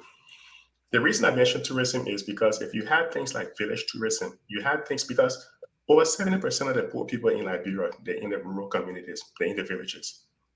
In other countries, people do tourism to go to see what village life looks like. By bringing tourists to village life, you are increasing the opportunity for people that are living outside of Monrovia to start benefiting a little bit. So I will change the whole dynamics of how things are operating. Rather than people have their little personal project, I will empower LACE, the Liberian Agency for Community Empowerment. I will put somebody competent in there because they work similar to USAID, right? Put somebody competent in there to be able to get the job done. But Liberia doesn't do any of that stuff because we put our friends, our family, people from the same tribe, people who voted for us. Those are the people there who are fighting for power right now. The fact that the president has nominated some other positions right now to trim the budget, I would not put anybody new in those positions. I would do away with some of those positions. Maybe take people who are currently in the government and shift them to the position. Don't fill some of those positions. You will save yourself a lot of money over the long run. But again, we have a country where the political arena, the political space, it is so rigged that everybody wants to go into politics as opposed to go into the private sector, which, by the way, private sector is not much existent. But the president can lead by example by trimming his budget, his office budget, the Minister of State budget, the Vice President budget, and in fact, cut all this foreign travel, let everybody get on a Zoom call or a Microsoft Teams call, and you can save the country a lot of money. Because if you try to convince the lawmakers, you're not going to get very far. they're going to end up holding the country hostage. If you try to convince them to remove some of these perks, unless you galvanize the population to want to do this, the politicians not going to budge on that because they're enjoying it too much. They're not going to want to let go. So I would start by maybe some of the other offices then and see if the president can lead by example. So I will swing it back to you, Chief. But Chairman Sanvee, some of our friends then just got elected, and some of our men who've been struggling, they got elected. Now they are saying, "You're gonna wait till we get on the team before you talk about your cousin." They are concerned, but everybody, it's like I picture myself. When I was a lawmaker, but then I saw Akara's Gray, I saw the other person in the brand new Jeep. And I said, I will be like that one day. Now I'm elected now. So I imagine myself in that SUV. That SUV, and when I go to the Calabash, when I get from the car, all my people around me, I move with 2 cars convoy and so forth. But Chief Chairman, look, how you think what you do with the budget will be for you now to cut that budget, put in the priority zero. First of all, let me say sorry to you guys for doing this show from the car, but it's such an important discussion that I thought I'd join. All right, I was on earlier. I had to bring my daughters for their catechism class, so I got to stay until they finish because I don't want to drive double. So I'm just gonna wait until they finish. But let me say this. I let my big brother Larry and used to have that same optimism. Sorry to be the bearer of bad news here. I'm sorry to be a party pooper. It ain't gonna happen. That's the reality. It ain't gonna happen because it can't happen. It's not gonna happen because you don't have a country that is ready for this. I dare you to attempt to do this, you will see citizens forming Association for the Protection of Senators' Benefits in the budget. You will see them holding placards. You will see them. Look, Liberia, again, who's in power today? And this is where my friends get vexed with me. The Unity Party institutionalized this corruption in the Liberian government. They did. During Charles Taylor time, how much money senators were making? Because I won't go to door. Right? During Taylor time, how much? I think that the only controversial thing I believe that happened with legislators during Taylor time, there's a company called, I think, OTC, bought, I don't know, people, if you remember, they bought these Jeeps, the Azuzu Trooper Jeeps. Yeah, and at that time, right? At that time, I think those Jeeps were like 15,000 per Jeep or something like that. Mm-hmm. And at that time, it was a controversy. Imagine what's happening today. Yeah, but Chairman, let me interrupt you, Chairman. You just said something. You just said something. Doing dual administration and Taylor administration, people are not rushing to be lawmakers. But I'm telling you, Dominic, who are making which representative or senator were making 15,000 during Taylor or Dothan? So they didn't have any incentive. Nobody. The only people you saw going to the national legislature were people maybe Taylor time was because of the proportional representation, right? So the MPP was the one who named her people in the legislature, right? But it wasn't. You didn't find every Tom, Dick, and Harry wanting to run. Right now, everybody working in their respective district to overthrow the next representative. That is the intention. That is the aspiration in Liberia today. Everybody building hand pump. Everybody painting a school. Everybody doing something. Because guess what? They want to go to be called honorable. Like Cyril Allen always say, those people are not honorable people. It's the reverse. It is called the Honorable House of Representatives. It is also called the Honorable Senate, Liberian Senate. Your conduct in these institutions makes you honorable. determine if you are honorable or not. Liberia has become a joke, guys. We need to look. Let me tell you something. For you to solve a big problem, you got to identify that problem. For you to solve, if you gotta injure a wound on your leg, you got to first clean that wound. The Unity Party, you are asking the current president of Liberia had a budget as vice president for 12 years. 12 years. I hear the president talking about asset recovery and audit. The first thing, if our president Joe Boyka, I would say I'm starting on myself. We will commission an audit on the office of the vice president, starting from the time our vice president going to Joe Howard Taylor. People will take Joe Boyka serious. He's not doing that. He's not going to do that. You know why he's not going to do that? Because he enjoyed. That is the reason why when he came with that story about he was a packer, you heard Chewon Gonglo ask him, why you didn't resign? Why did you run again? Asked him, yeah. Why did you run again with Ellen when you said you were packer? So my people, I keep saying this. We are not look at let me get you. I'm gonna end on this. Look at the boy. Tomalin George. Have you heard the staffers from the Senate protesting again? You not hearing protest? Charles Brown or whatever. Because Yeah. they appointed right? Charles Brown. Labor inspector. The man announced that tomorrow, it should have been tomorrow. Tomorrow there was going to be unspecified consequences. Watch and see tomorrow if the people will protest tomorrow. A labor inspector now, so he has been appointed labor inspector, right? So again, I am not going to cry more than the bereaved. The Liberian people, look, this is like a abusive spousal relationship.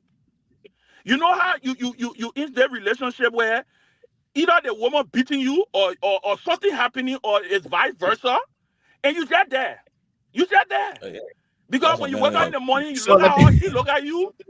You know, when you look at a woman, she look at you, you look at her, you know, you fall in love with her. He said, man, no more worry, honey, I'll buy you something.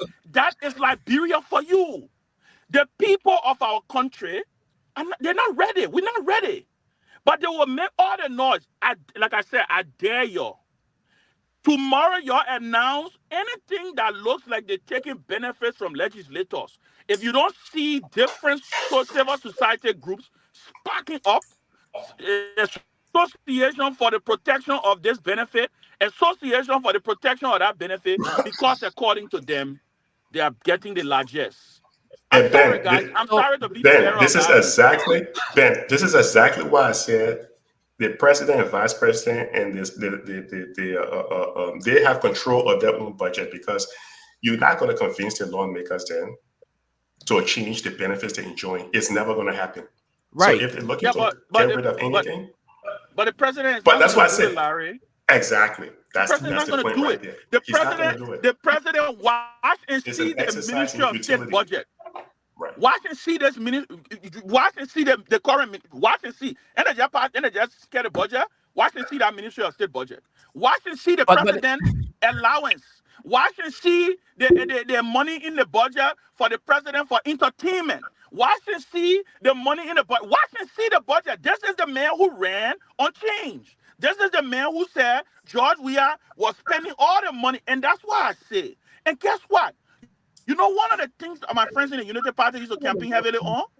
You know what they used to say? They said Joe Boyka, he ain't got no reason to want to live large. He ain't got no reason to want to live. Go to the president farm right now. You will not even make it up. Go on the president farm right now. That farm that was in Bomi. A couple of months ago. Go there right now and see the splendor. That Liberia. And I'm not knocking the president. I'm not knocking the president. I'm just telling you the reality. I'm just telling you the reality, because this is going to remain a circle. This is going to happen, and we're all just set up. Me and Jan now, we all there. We just looking now. We all looking. The next group waiting for 6 years. Somebody can answer something. Go ahead. It doesn't have to remain a cycle. We can change it if we want to. But I just want to say something. My political leader is watching. Dr. Clarence Moniba Happy birthday to you, sir. Happy birthday. What today? Birthday? Yeah. All right. Birthday was on the 15th. So this is The birthday was on the 15th. Let me say happy birthday to my political leader, Clarence. Dr. Clarence. Happy So birthday, this is one thing. Dr. Clarence Moniba, yeah.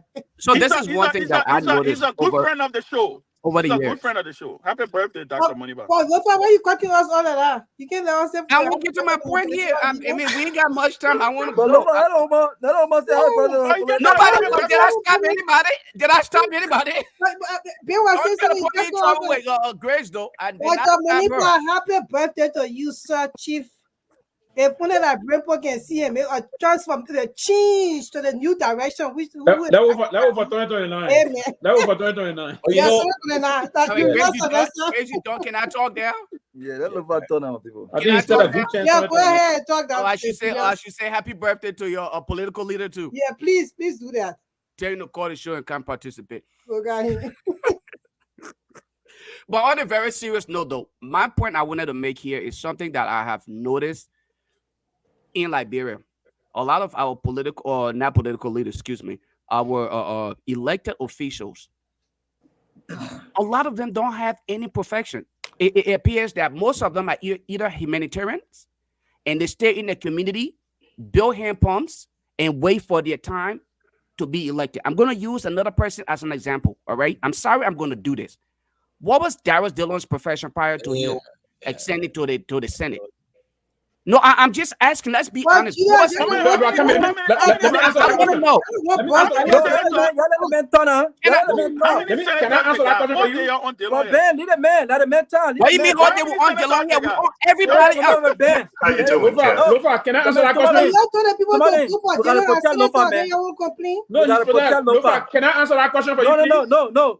Y'all gotta protect Lofa. No, but I want to answer the question. Lofa protected. That has a very important question about Dillon. Please ask the question again. No, you know, and I want to answer the question. We love to be hypocrites, right? We will see these guys. No, but I come in. Let me answer the question quickly. You asked a question about Delon. Okay, go ahead. 10 seconds. Go ahead. Yeah, please let me answer that. You move on back. You are an advocate. Politician. Okay, go ahead. I got a different style, but go ahead, Lofa. Politician. And you said that with straight face. You look at God's not near you, he will slap you. No politician. Man, Ben was a politician. Ben was a politician. You know what? Politics is not any kind of profession. To be honest with you, we as humans, we are born politicians by nature. That's who we are. Because even in your place of employment, there is some sort of politics, office politics. Even in your home. No, we have career politicians. Okay. And here's the thing, right? You notice that most politicians in the United States, they are professionals who have worked in their area of expertise, and they will come with some idea of transformation. That is the complete opposite of what we see in Liberia. We see guys who are looking to drive nice car, and they are simply just pushing the idea of humanitarian work in the community, and the minute they get there, you realize that they had no agenda in the first place. Like President Joseph Numa Boakai, who came based on sympathy. He became the president based on sympathy. And here we are today. And so very often, people will simply sympathize with these guys because they've been in the community for so long. So they're not coming to the Senate or to the House of Representatives with any agenda to attack specific problems in the country. Instead, they're simply just coming there to have their fair chance, like Ben rightfully say. And I think that's a problem. That's what our problem. Let me throw something out. Robert, maybe you want to throw it, you can chime into it. But guys, again, on a serious note, right? 1997, we had 13 presidents running for president. 2005, we had how many again? I think we were 25. 2011, we were another 20. 17, we were another 20 something. So, I think we also take the blame too for the problem our country facing, because we're waiting again. We're all complaining now, right? We're complaining about this problem. We wait again, and then the thing is that if you look at the People Manifesto, look at every party, look at the platform. It's almost the same. Yeah, all the parties. So what, you want to stop them from running? No, I'm not stopping that. But on a serious note, stop them from running. I'm not that are free will, but again too, we should blame ourselves because guess what? When we all put ourselves, we go to our separate ways. What are we going to come up with? You saw what happened in the last election.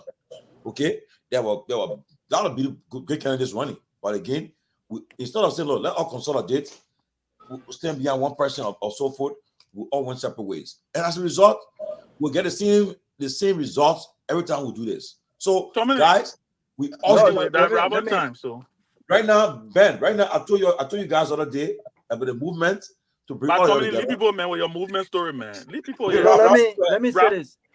I want to buttress what I want to buttress. I want to buttress what Lofa said, and I think what Lofa said. I think you should listen very keenly. And every time I agree with Lofa, I want to say I don't always agree with Lofa. It's not about Dylan. It's not about Dylan. It's not about Dylan. But when we talk about when well, you know what, Ben? Say let me talk about Dylan. Let me talk about Dylan. let me talk about Dylan. Doc, you know when people talk about, you see Ben there. You see how Ben chilling in his car. You see Ben car. Ben is not chairman of Liberty Party no more, right? Ben, one way or the other, was able to bring himself to where he's at. Ben has a job, in as much as they accuse him of living off of all the presidents in Liberia. Ben no longer works in government. When Lofa talked about when Lofa talked about politicians in this country, having professional careers outside of politics, and then my friend said they are career politicians. I agree, they are career politicians, but career politicians also went to school to become something, either political science or whatever. But I'll give you an example. Barack Obama, when you ask what was Barack Obama's career as a professional, Barack Obama was a community organizer, but not just that. Barack Obama was a civil rights lawyer. On paper, professionally, yes, he's a politician, but he's a lawyer. He graduated from one of the greatest Ivy League school in this country. Like Benjamin Crumb, right? Okay, exactly. Benjamin Crumb. He's not a politician. He's a political lawyer, but he's not a politician per se, right? You want to talk about people like John McCain. John McCain was a military expert. He you know, a POW, right? A person of war. He served his time. You know, you want to talk about Hillary Clinton. Hillary Clinton is a lawyer by profession, a top-class lawyer, Bill Clinton. So the point that we're making here is, it's not just about being. Look, if I decide to become a politician and run for office, I'm a professional hotel expert. I've worked for one of some of the biggest brands in the world. I'm an expert in my area of area of profession. I'm not just a politician, right? And so if I went to become a senator or lawmaker, I'm coming to that area with a certain level of expertise to help the private sector job growth in the area of tourism, right? For instance, right? But when you talk about Dylan and others, it's not just about Dylan, right? What kind of career politician is he? What did he really do? What did he really do outside of politics? If you take politics away from him right now, how can he earn it? How can he earn a living? Ben, I will let you answer. If you take politics away from Dylan, most of these politicians right now, Ben, how can they earn their living? How can they maintain their lifestyle? Will Dylan be able to afford a business class, for instance, with his career outside of politics? And not just Dylan, a lot of these guys, will they be able to drive $80,000 car outside of politics? I can drive an $80,000 car outside of politics. I don't need politics for that. I can maintain my lifestyle because I'm a professional. So when you have these hungry people, a lot of the guys, the reason why Liberia have not transformed Tomalin, because we have elected hungry people who came from poverty. When you take a man who is 35 years old, a man who have never earned $2,500 in his life every week on a 2 weeks basis, and you give him $15,000, the man is already getting old. So you're looking at 9 years or 10 years as an opportunity to make up for all those 30 wasted years of not having no real job in the private sector. So they're not thinking about the poor folks. They're not thinking about the development of the country. They're thinking about their belly. But if you take people like Alex Cummings is a professional. He's a multi-millionaire. He made his money in corporate America, in the private sector. You know he doesn't care about those $250,000 every month. He doesn't care about $100,000. He doesn't care about driving $75,000 a car. The man already owned a car that worth over $200,000. This is the stuff we're talking about. You get real people who have seen money, who have lived life in the private sector, and say, look, I want you to come and transform. This is the reason why we are where we are today, because we have elected people who are poor, people who have no exposure, and people who don't care about development. They are not career politicians. They are opportunists. And they have used the opportunity to be in the position they are right now to drive themselves. Look at that on the note. All of the CDC folks who were in power before, all of these guys, what kind of lives did they live outside of government before? I would respect a man who was selling 2 cars and became in government and have improved his life. At least outside of that, he was selling 2 cars. He had his own little thing going on. But a lot of these guys had nothing going on. You take away politics from them, they are poor. They'll become a zogo. That's what they'll become, begging for money, begging for beer, begging for car, to pay that rent. Government has given them opportunities that they would have never seen in the private sector. I don't respect that. I don't see them as career politicians. I see them as opportunists, because that's who they are. Wow. And in the famous words of my friend John Lobo, show me the budget, and I know he's watching, he won't like this. I don't care. Show me the budget, and I'll tell you where your priorities lies. We want to see the budget. Wow. Professor Kennedy? Well, that quote is actually Biden's quote, but but here's the thing. No, but that was his famous quote. Now when it came to CDC, the budget, the budget will tell you what the priority. What that Biden just said? Yeah, that Biden's quote. But here's the thing. No, Lobo, you just say that. Oh, okay. So here's the thing. Look, at the end of, to Robert's point, if you remove Dylan, you more than likely will end up with another Dylan, because that's the society we have. It's plain and simple. This is my point. I think the mistake we tend to make time and time again is we don't spend a lot of time understanding why the people voted for who they voted for. We wait 6 years, and then it's like a race to the Holy Grail. What you have to do at the end of the election, look, you need to take a survey of the people. Whether they voted based on tribe, they voted because they like the person, it doesn't matter. Take a poll of the people and get a clear understanding of why they voted the way they voted. Collect that data, and collect that data time and time again as time goes on. Because if you want to influence them, you'll be able to look at your list and say, oh, the person in my TV or this group, this is how they voted. You'll be able to try to convince them based on the data you collected. The people in Nimba, we voted for Prince Johnson because of this. You'll be able to speak to them in their language based on that data. But we don't do that. We wait until 5 years from now, then everybody is rushing. And then it's like a crapshoot. You end up with who you end up with. Because maybe the person can sell their story based on their tribal affiliation, or people say, oh, it's that person's time, or people say, oh, and that's how you end up in the same vicious cycle, and you cannot grow. There's no reason for that people to be poor. I keep saying this. The only reason you're poor is because you end up putting people in positions. They have no clue in terms of what they're doing. You talk about people who come to power in America. Look at people like the guy from Bain Capital, the guy who ran for president, Mitt Romney. Mitt Romney was worth hundreds of millions of dollars before he came to power, before he became a senator. If you bring people to power who were dirt broke, they're more than likely are going to steal and rip the country off because they're trying to get as much as they possibly can because they don't know if they will get reelected. So the system, and the only way you can change the system if you fix all these loopholes in the system. But more than likely when people come to power, they figure it's their time to enjoy. And I put that in quotes.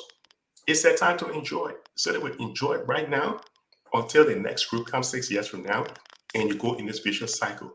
Your GDP per capita, how much money each person earns in that country, is under $800. Countries that were worse off than you, countries that were worse off than Liberia, they have come and surpassed us. They go way past us. Why? Because all of them did one thing. They said we hire people based on merit. We don't do that stuff. So I feel your passion, Robert. I feel your pain. If you remove Dylan, you're going to end up more than likely with another Dylan. Why? Because we're not bringing in politicians from Mars. We're bringing in politicians from the same society where they all seem to find themselves. So they all see how Dylan was, where he was before he got there and what he is now. And that's what you're going to end up with, more than likely. So that's just a reality, it's a reality. So, yeah. Guys, I'm going to, I was soon, I beg you, I will soon log off. So I just want to end on this. I beg you, before I lose my train of thought. And this is not in defense of anybody or in defense of Dylan or anything. But like Larry said, I just want to piggyback on what Larry said. And I agree with Larry 100%. Because one of the things we keep doing in Liberia is we keep planting pepper and we're expecting to harvest okra, right? We have a society that fundamentally has a problem. And that problem is we have created a patronage society in Liberia where everybody is dependent on government. Everybody sees government as the sole way, right? Look, I give you an example, Musability, right? See some of the people who used to abuse Musability. Let's take this for a moment. Look at what Musa has done in the last 2 months. It's almost like Musa has gone to the River Jordan. He's a Muslim, so maybe yeah. Because he almost like he went to the River Jordan, and John the Baptist baptized him. When you see some of the same people now who posting when I'm reading their comments, these are the same people who are calling Musa criminal. He was this, he was that, he was this, he was that. When Musa published his assets, some of the people sitting down looking like, oh my God, right? I said to somebody the other day, somebody said, why you think other public officials have not published their assets? I said, because it will put them in trouble. Like who? You know what Musa can publish his assets? You know what Musa can publish his assets, right? Because Musa, you can go back and you can trace where Musa or how you were able to generate $32 million in assets or whatever assets Musa announced the other day. So my thing is, and imagine if the people of District Number 7 have bought a majority of the propaganda that was skewed against Musa. Do you know the kind of representation they would have denied themselves because of loudmouth people who ain't got nothing to stand on? They're talking. Some of the people you see insulting people say on Facebook in the name of politics. Sometimes when somebody abusing me, all I can just go on the picture, I click it. When I click the picture and I see them, I can just get weak. I know, right? I can just get weak. Somebody who didn't even know where he getting the next meal from, calling me a rogue. So my thing is, we need to look. Listen, guys, whether we like it or not, it is almost and the only way this thing will change, it has to come from the top. I have no confidence whatsoever at the bottom because we have bred a society that is heavily dependent on the largesse coming from the top. So we will be able, if the day we get a leader or a president that is going to be able to make those hard decisions like what Larry said, come into office, slash my budget, do these different things, maybe that's when we may be able to make the break. Because you know what? Our people love to follow. They love to follow. So that's what I would say on that issue. On the issue of Dylan, my 30 seconds, look, whether we like it or not, whether we agree or we disagree, right? Dylan is a product of our environment. Dylan is a product of our environment. I've never agreed with you more than this. No, he is. He is a product of the environment. Truth is, and what is this environment I'm talking about? It is this environment of advocacy, of loudness, of speaking, of because Liberians are a group of people who quick and they love to find heroes. We like to find hero. Every day we're looking for the next hero. How did Dylan become a senator? Because Dylan was practically one of the only few people who were talking when George Weah became president. And guess what? Lofa supported Dillon. I You're supported right. Dillon. You're Robert right. Gagwa, I'm sure. Robert, No, you I support did Dillon. not. I would never Unfortunately, support Dillon. We I have never, never in my life. supported Dillon. Unfortunately, I Never did. in my life. Unfortunately, I Thank supported God I did Dillon. not. Lofa, what has changed now? Unfortunately, I supported Dillon. A vast majority, and this What is about God Kev? forbid. Did Kev support Dylan? No. Oh no, no, no, no, no. Can't support Dillon as you turn white. God forbid. Let me just please. A vast majority of our people supported Dillon. But with that being said, you cannot say that Dillon, with all of his shortcomings, have not to a certain degree been an effective senator.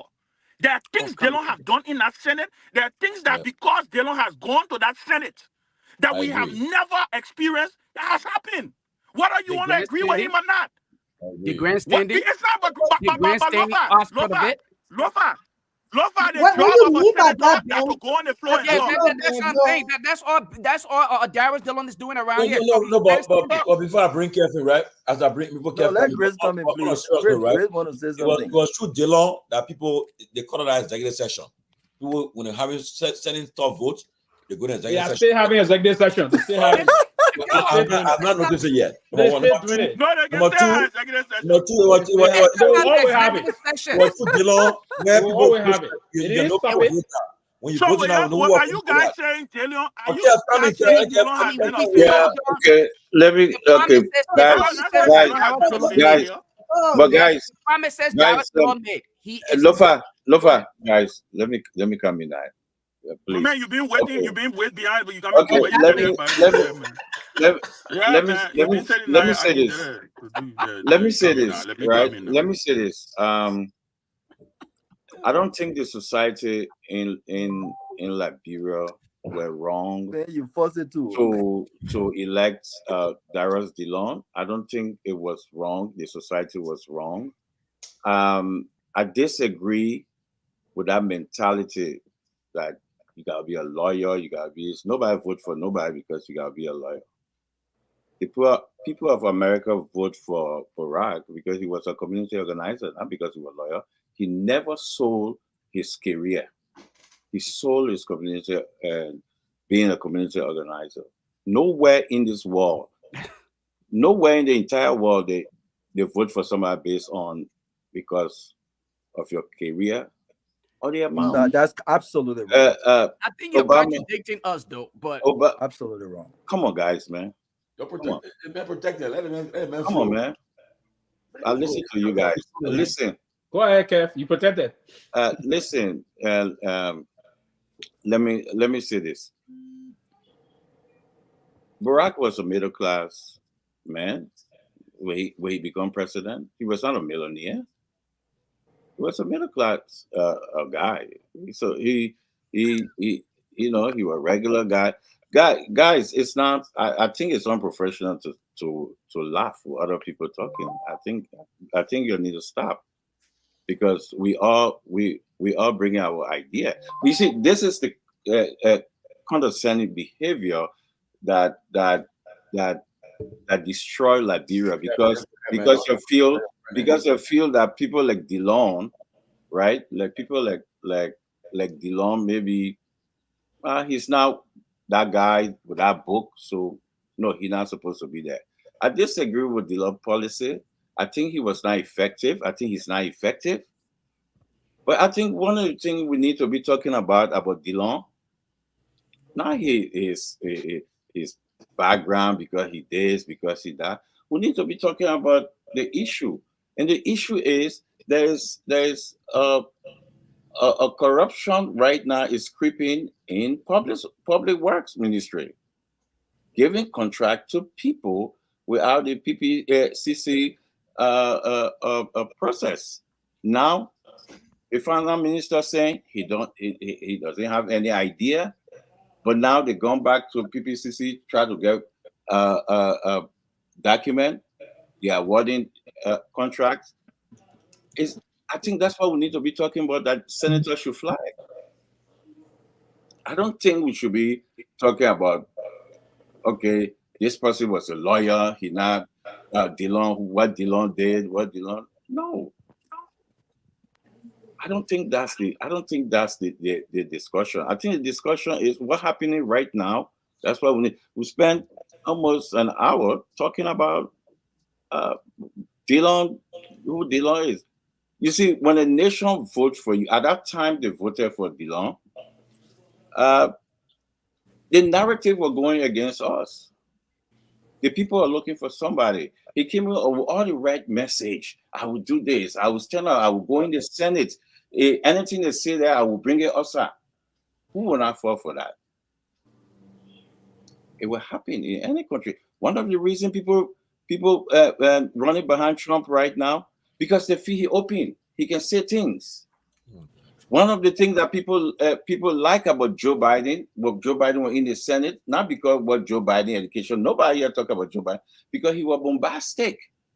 When it come to the South Africa during the apartheid regime, Joe Biden was one of the few people that was talking for folks in South Africa. So they know him. What you do speak. So I think we should be holding Dillon to what Dillon ran on and what he's doing now. And what Dillon doing now is contrary to what Dillon ran on. Right? So that's what we should be speaking on. So maybe I stand to be corrected, but I heard Robert saying, Barack was a lawyer, well-life Dillon. I don't think that's necessary.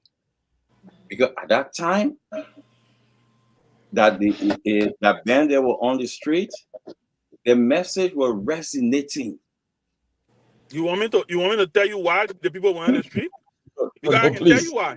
No, please. So can I come in and Ben, let me repeat. Wait, let me repeat. Because let me repeat. Because I guess there's something in our policy where you say something people ready to defend. Let me repeat. I say at that time you guys were on the street, your message was resonating. That's what I said.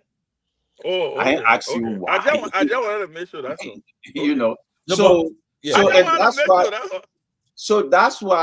That's why at that time the people voted for Dillon, not because Dillon went to the best school or didn't go to the best school, because nobody votes for somebody because they went to the best school. Nobody votes for somebody because they get money. Nobody in the whole world. Nobody in the whole world. Yeah, but that's a better than I want to bring Grace. Grace coming. I will come after. Yeah, I bring Grace in. So let me say something now. But on a serious note, right? Ben said something that maybe Sylvester and Grace can chime into it when they're responding. Look, right now, right? We're talking about hero. Right now, Boga is president. Give 6 months from now, and things start going south. Somebody start having a podcast and start making noise. Maybe that hero could come around that show. Okay, somebody start making noise. Maybe it'll be Ben. Everybody will say, everybody say, yeah. See, Grace, she's saying the right thing. Grace saying the thing I see now. I already get saying. Then everybody's asking now. What time Grace go on her podcast? She said, I want for her to come before I start talking. When Grace start hitting every angle of the government. Okay, because how our country, society, that's how society is. People right now looking for opportunity for a time bloggers out of blunder, they will capitalize on it and they will hitting hard. That person start talking every day. They go to OKFM, go to the other program, come on Spoon, go to closing argument, all over the place, and start making noise. That person now become the next hero. We start to cheer that person up. But our problem is, as I said again, I repeat, until we come together, instead of being splinter group, we'll have this problem all the time. But Grace, let's hear from you, Grace. You and Peewee. Yeah, I was just I listened to what Kev says. I understand where he's coming from. But back in the day when we were in Liberia, when they were doing Miss Liberia, they used to say they said this thing. There was a statement out there say you have to have criteria to be called Miss Liberia. So there should be. We're not talking here. I don't think Kakwa was trying to say about education so much, but we have to have certain standards that will equivalent you to take in certain position in our country. Like Tomalin was saying that he said, oh, everybody was running with all this, the people have all these presidential candidates running in the race, and they could just laced together.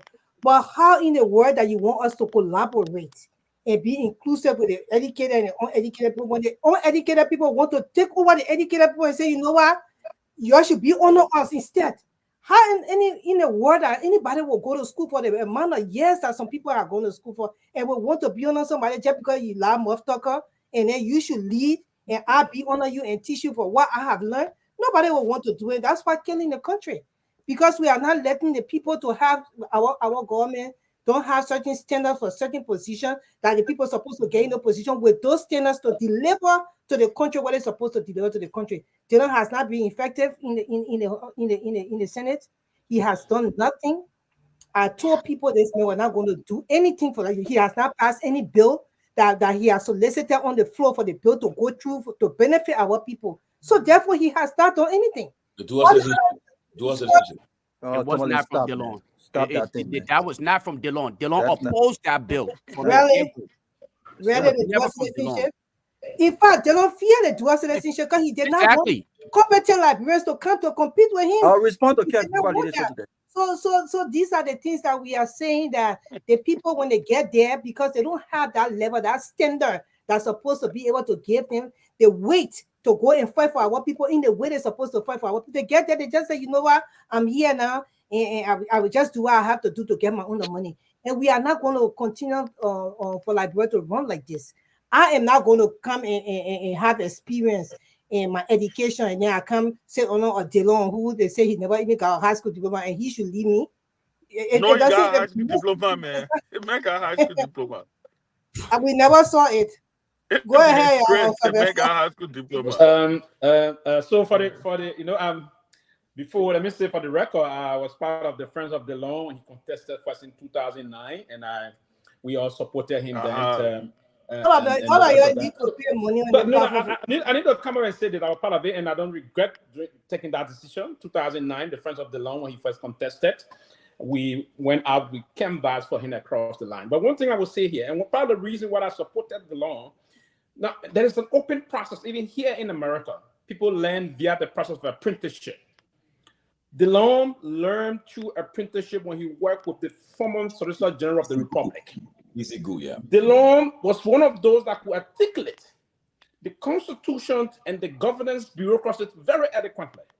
And at the time, some of us on the level of the University of Liberia and all of things, I admire him for that process. And I was told by my professor, Larry Tupper, folks do learn from apprenticeship. Senator Richard Flomo, for instance, the late Senator Francis Glower, for instance, those people didn't graduate from the law school, but I wanted to be part of the best lawyers in Liberia. They learn from the courtroom. So I'm one of those individuals that do believe that Delon is a chronological, eloquent individual. I don't want to call him young now, because he learned the process of the law through apprenticeship and the Constitution. And via that qualification, he was also qualified to be a politician by profession. Now, having said that, the Constitution of our country is very clear in setting the basic criteria as to who will be senator and representative. The Constitution says to be represented, you should be 25 years old and have an incumbent property of 25,000. Yeah, true. The Senate, the Constitution is also clear. It says you should be 30 years old with an incumbent property of 25,000. It didn't say you should be a lawyer, you should be a high school graduate, or blah, blah, blah, blah. I'm coming back to say, back here in the US, we elect George Santos, who is a pathological liar. We elect him in here in the US. That's not all. In the US, it's less than 8% of those, less than maybe 8% who have the line of being a millionaire. Many people say it's less than that. So what I'm trying to say to you, we let those people aspect the Constitution of the United States of America. What the Constitution says about how one gets elected here and there. So our Constitution, the Constitution of the Republic of Liberia, set the basic criteria as to who gets elected, where, how, and when. And basically, that's the setup now. Even the president of the Republic of Liberia, it did not say you should be even a high school graduate. It didn't say that. It didn't say that. So my own point that in most of those that didn't go to school, the academic school, or they didn't enter tertiary institutions, they were part of the best lawmaker format and reading back through the line. For instance, the late Tanda Poli. Oh yeah. The late Tanda Poli didn't go to school. He didn't go to academic school, but he was the justice of the peace. Via that same process, he learned the Constitution very effectively, and he used that to execute the process about the lawmaking process. For instance, he was very good in how he would pop up bills in the national legislature. Tanda Poli died as an honorable man, and let me all respect to him. You can remember the thing when it came to the 500,000. This on the bench, you can recall the how they called the army worm situation that came out. The army worm, yeah. Yes, when the Papa handled that. So basically, for me, folks, I would love for us to set by the standard our Constitution set, and that is the standard. That's the gospel of the country. That is the standard that we have to use to move the process forward. So I believe that DeLong and the rest of the folks that are there, like the leg of the Tanda Poli and the woman I used to call, he say, I can drink smoking Jew. I don't forget me. Bono Jabakuya. He's like, I'm not Bobo. Yeah, that right. So I mean, that's the line, that's the standard line of our country, right? And until we can go back and overhaul the Constitution and begin now to put there, say, hey, to be a lawmaker, you have to be a graduate of the University of Liberia, or you have to be this person or that person. But basically, in our country, you know, our economy is not as big, so we don't have too much rich people there. No, we don't have a lot of them. It's the standard, but it's the sincere nature of our commitment. And if we were to say we setting our manifesto on the basis of this, my manifesto is to go and canvas for the transformation of this as we respect that promise to the people of Liberia. And that's what they don't do. Part of the thing, they don't revolutionize the Liberian Senate. He exposed a lot of things. Most of the things in the Liberian Senate were more bureaucratic. He revolutionized our institution. He brought the debate. He I agree with you 100%. Yeah, he may not effectively put on the light, but he brought the line to expose a lot of things. Today, a lot of things open up in our house because of Darius DeLong. Yeah, but then after he exposed it, so let me just respond here quickly. Yes. Since I brought DeLong in the conversation, and I guess DeLong Defense Force wants to discuss the issue of DeLong is DeLong Defense Force. Yeah, please, no, please retry that statement. Retry that statement, please. What? Retry the statement. Why you have that supposed here with it? Please, come on. Retry the statement. Retract that statement. All right. The non DeLong. Journalists can teach you. Retry that statement. Take it back. Retry the statement. Please take it back. Take it back. All right. I'll take it back. Yeah, thank you. You can proceed. I will. You can proceed. No, but on a very honest note, I don't think a single one of us, I don't think Robert ever said constitutionally electing DeLong was the wrong thing. No one spoke against the Constitution. All right. We are simply speaking based on precedents. We are looking at the records. We are saying to ourselves why we are here in the first place, why we find ourselves in the position where lawbreakers, as you refer to them as lawmakers, are not impacting the change that we want in Liberia, because they actually were elected for several odd reasons. Some of them simply because of popularity, not based on their agenda, what they can actually implement. That is our point. And we are saying again to Keff's point here, talking about nobody elects people based on your profession. Maybe if you had a profession and you were elected to the Senate, you have an idea and you have identified specific areas in society that you want to impact. That's what we are saying. We go, I see, Peewee trying to say, oh, there were other people who were very effective. You know the reason why 170 some more years today, we are embarrassed of our country where we are? It's because of those same people you want to sit here and talk about. They have done great jobs. I disagree with you. I vehemently disagree with you. Had they done good, we would have been competing with our neighbors. We would have been far ahead. It is because of those individuals who simply were in the interest of their own pockets. That's why we are here today. That's why our healthcare sector is in a deplorable condition. That's why our security sector is so deplorable. That's the reason why justice does not exist in Liberia, because the precedents were not set. And that's the reason why we say the likes of Darius DeLon and other people who people trusted, because he advocated at some time. We thought that he will actually be the eyes of the people. Darius DeLon spoke against having to take cars that worth $45,000. He told us, when I get to the Senate, I will advocate for salary reduction. Since Darius DeLon got there, where are we with the salary reduction? Darius DeLon told us several things that he will bring to the surface. Today, we don't see those things. And we will not simply sit here and try to do friends and brother or colleague kind of thing. Liberia deserves better. And that's why we are holding people. We must raise the bar. We must raise the bar higher than where we are today. And we cannot say we will justify it based on the Constitution. Yeah, let me give one program note. The guy the signal, the studio just informed me for maintenance purpose, we have 30 minutes. So we can just start winding down. So we give you what's on your mind. At least everybody speak for 3 minutes, and then we can call your day. Kev, please hang in that come back, man. Let me respond to Kev. I think first of all, and I think Lofa just alluded to that. I think we have to put in context what the conversation was about, right? I don't think the conversation was about class.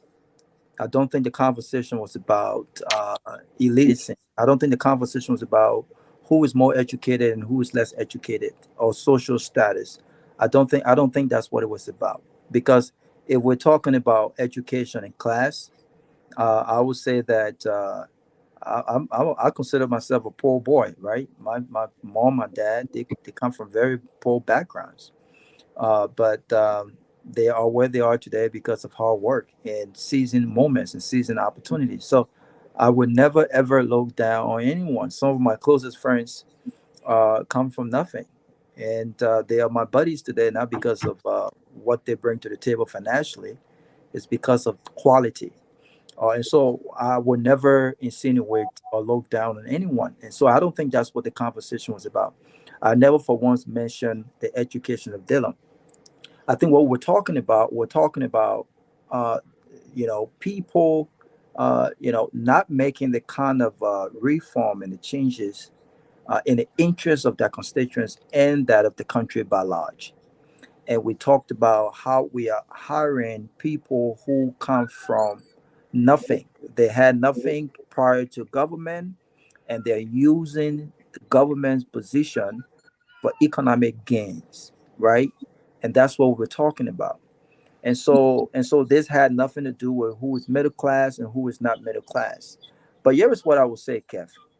I will mention to you Fatu Kekula.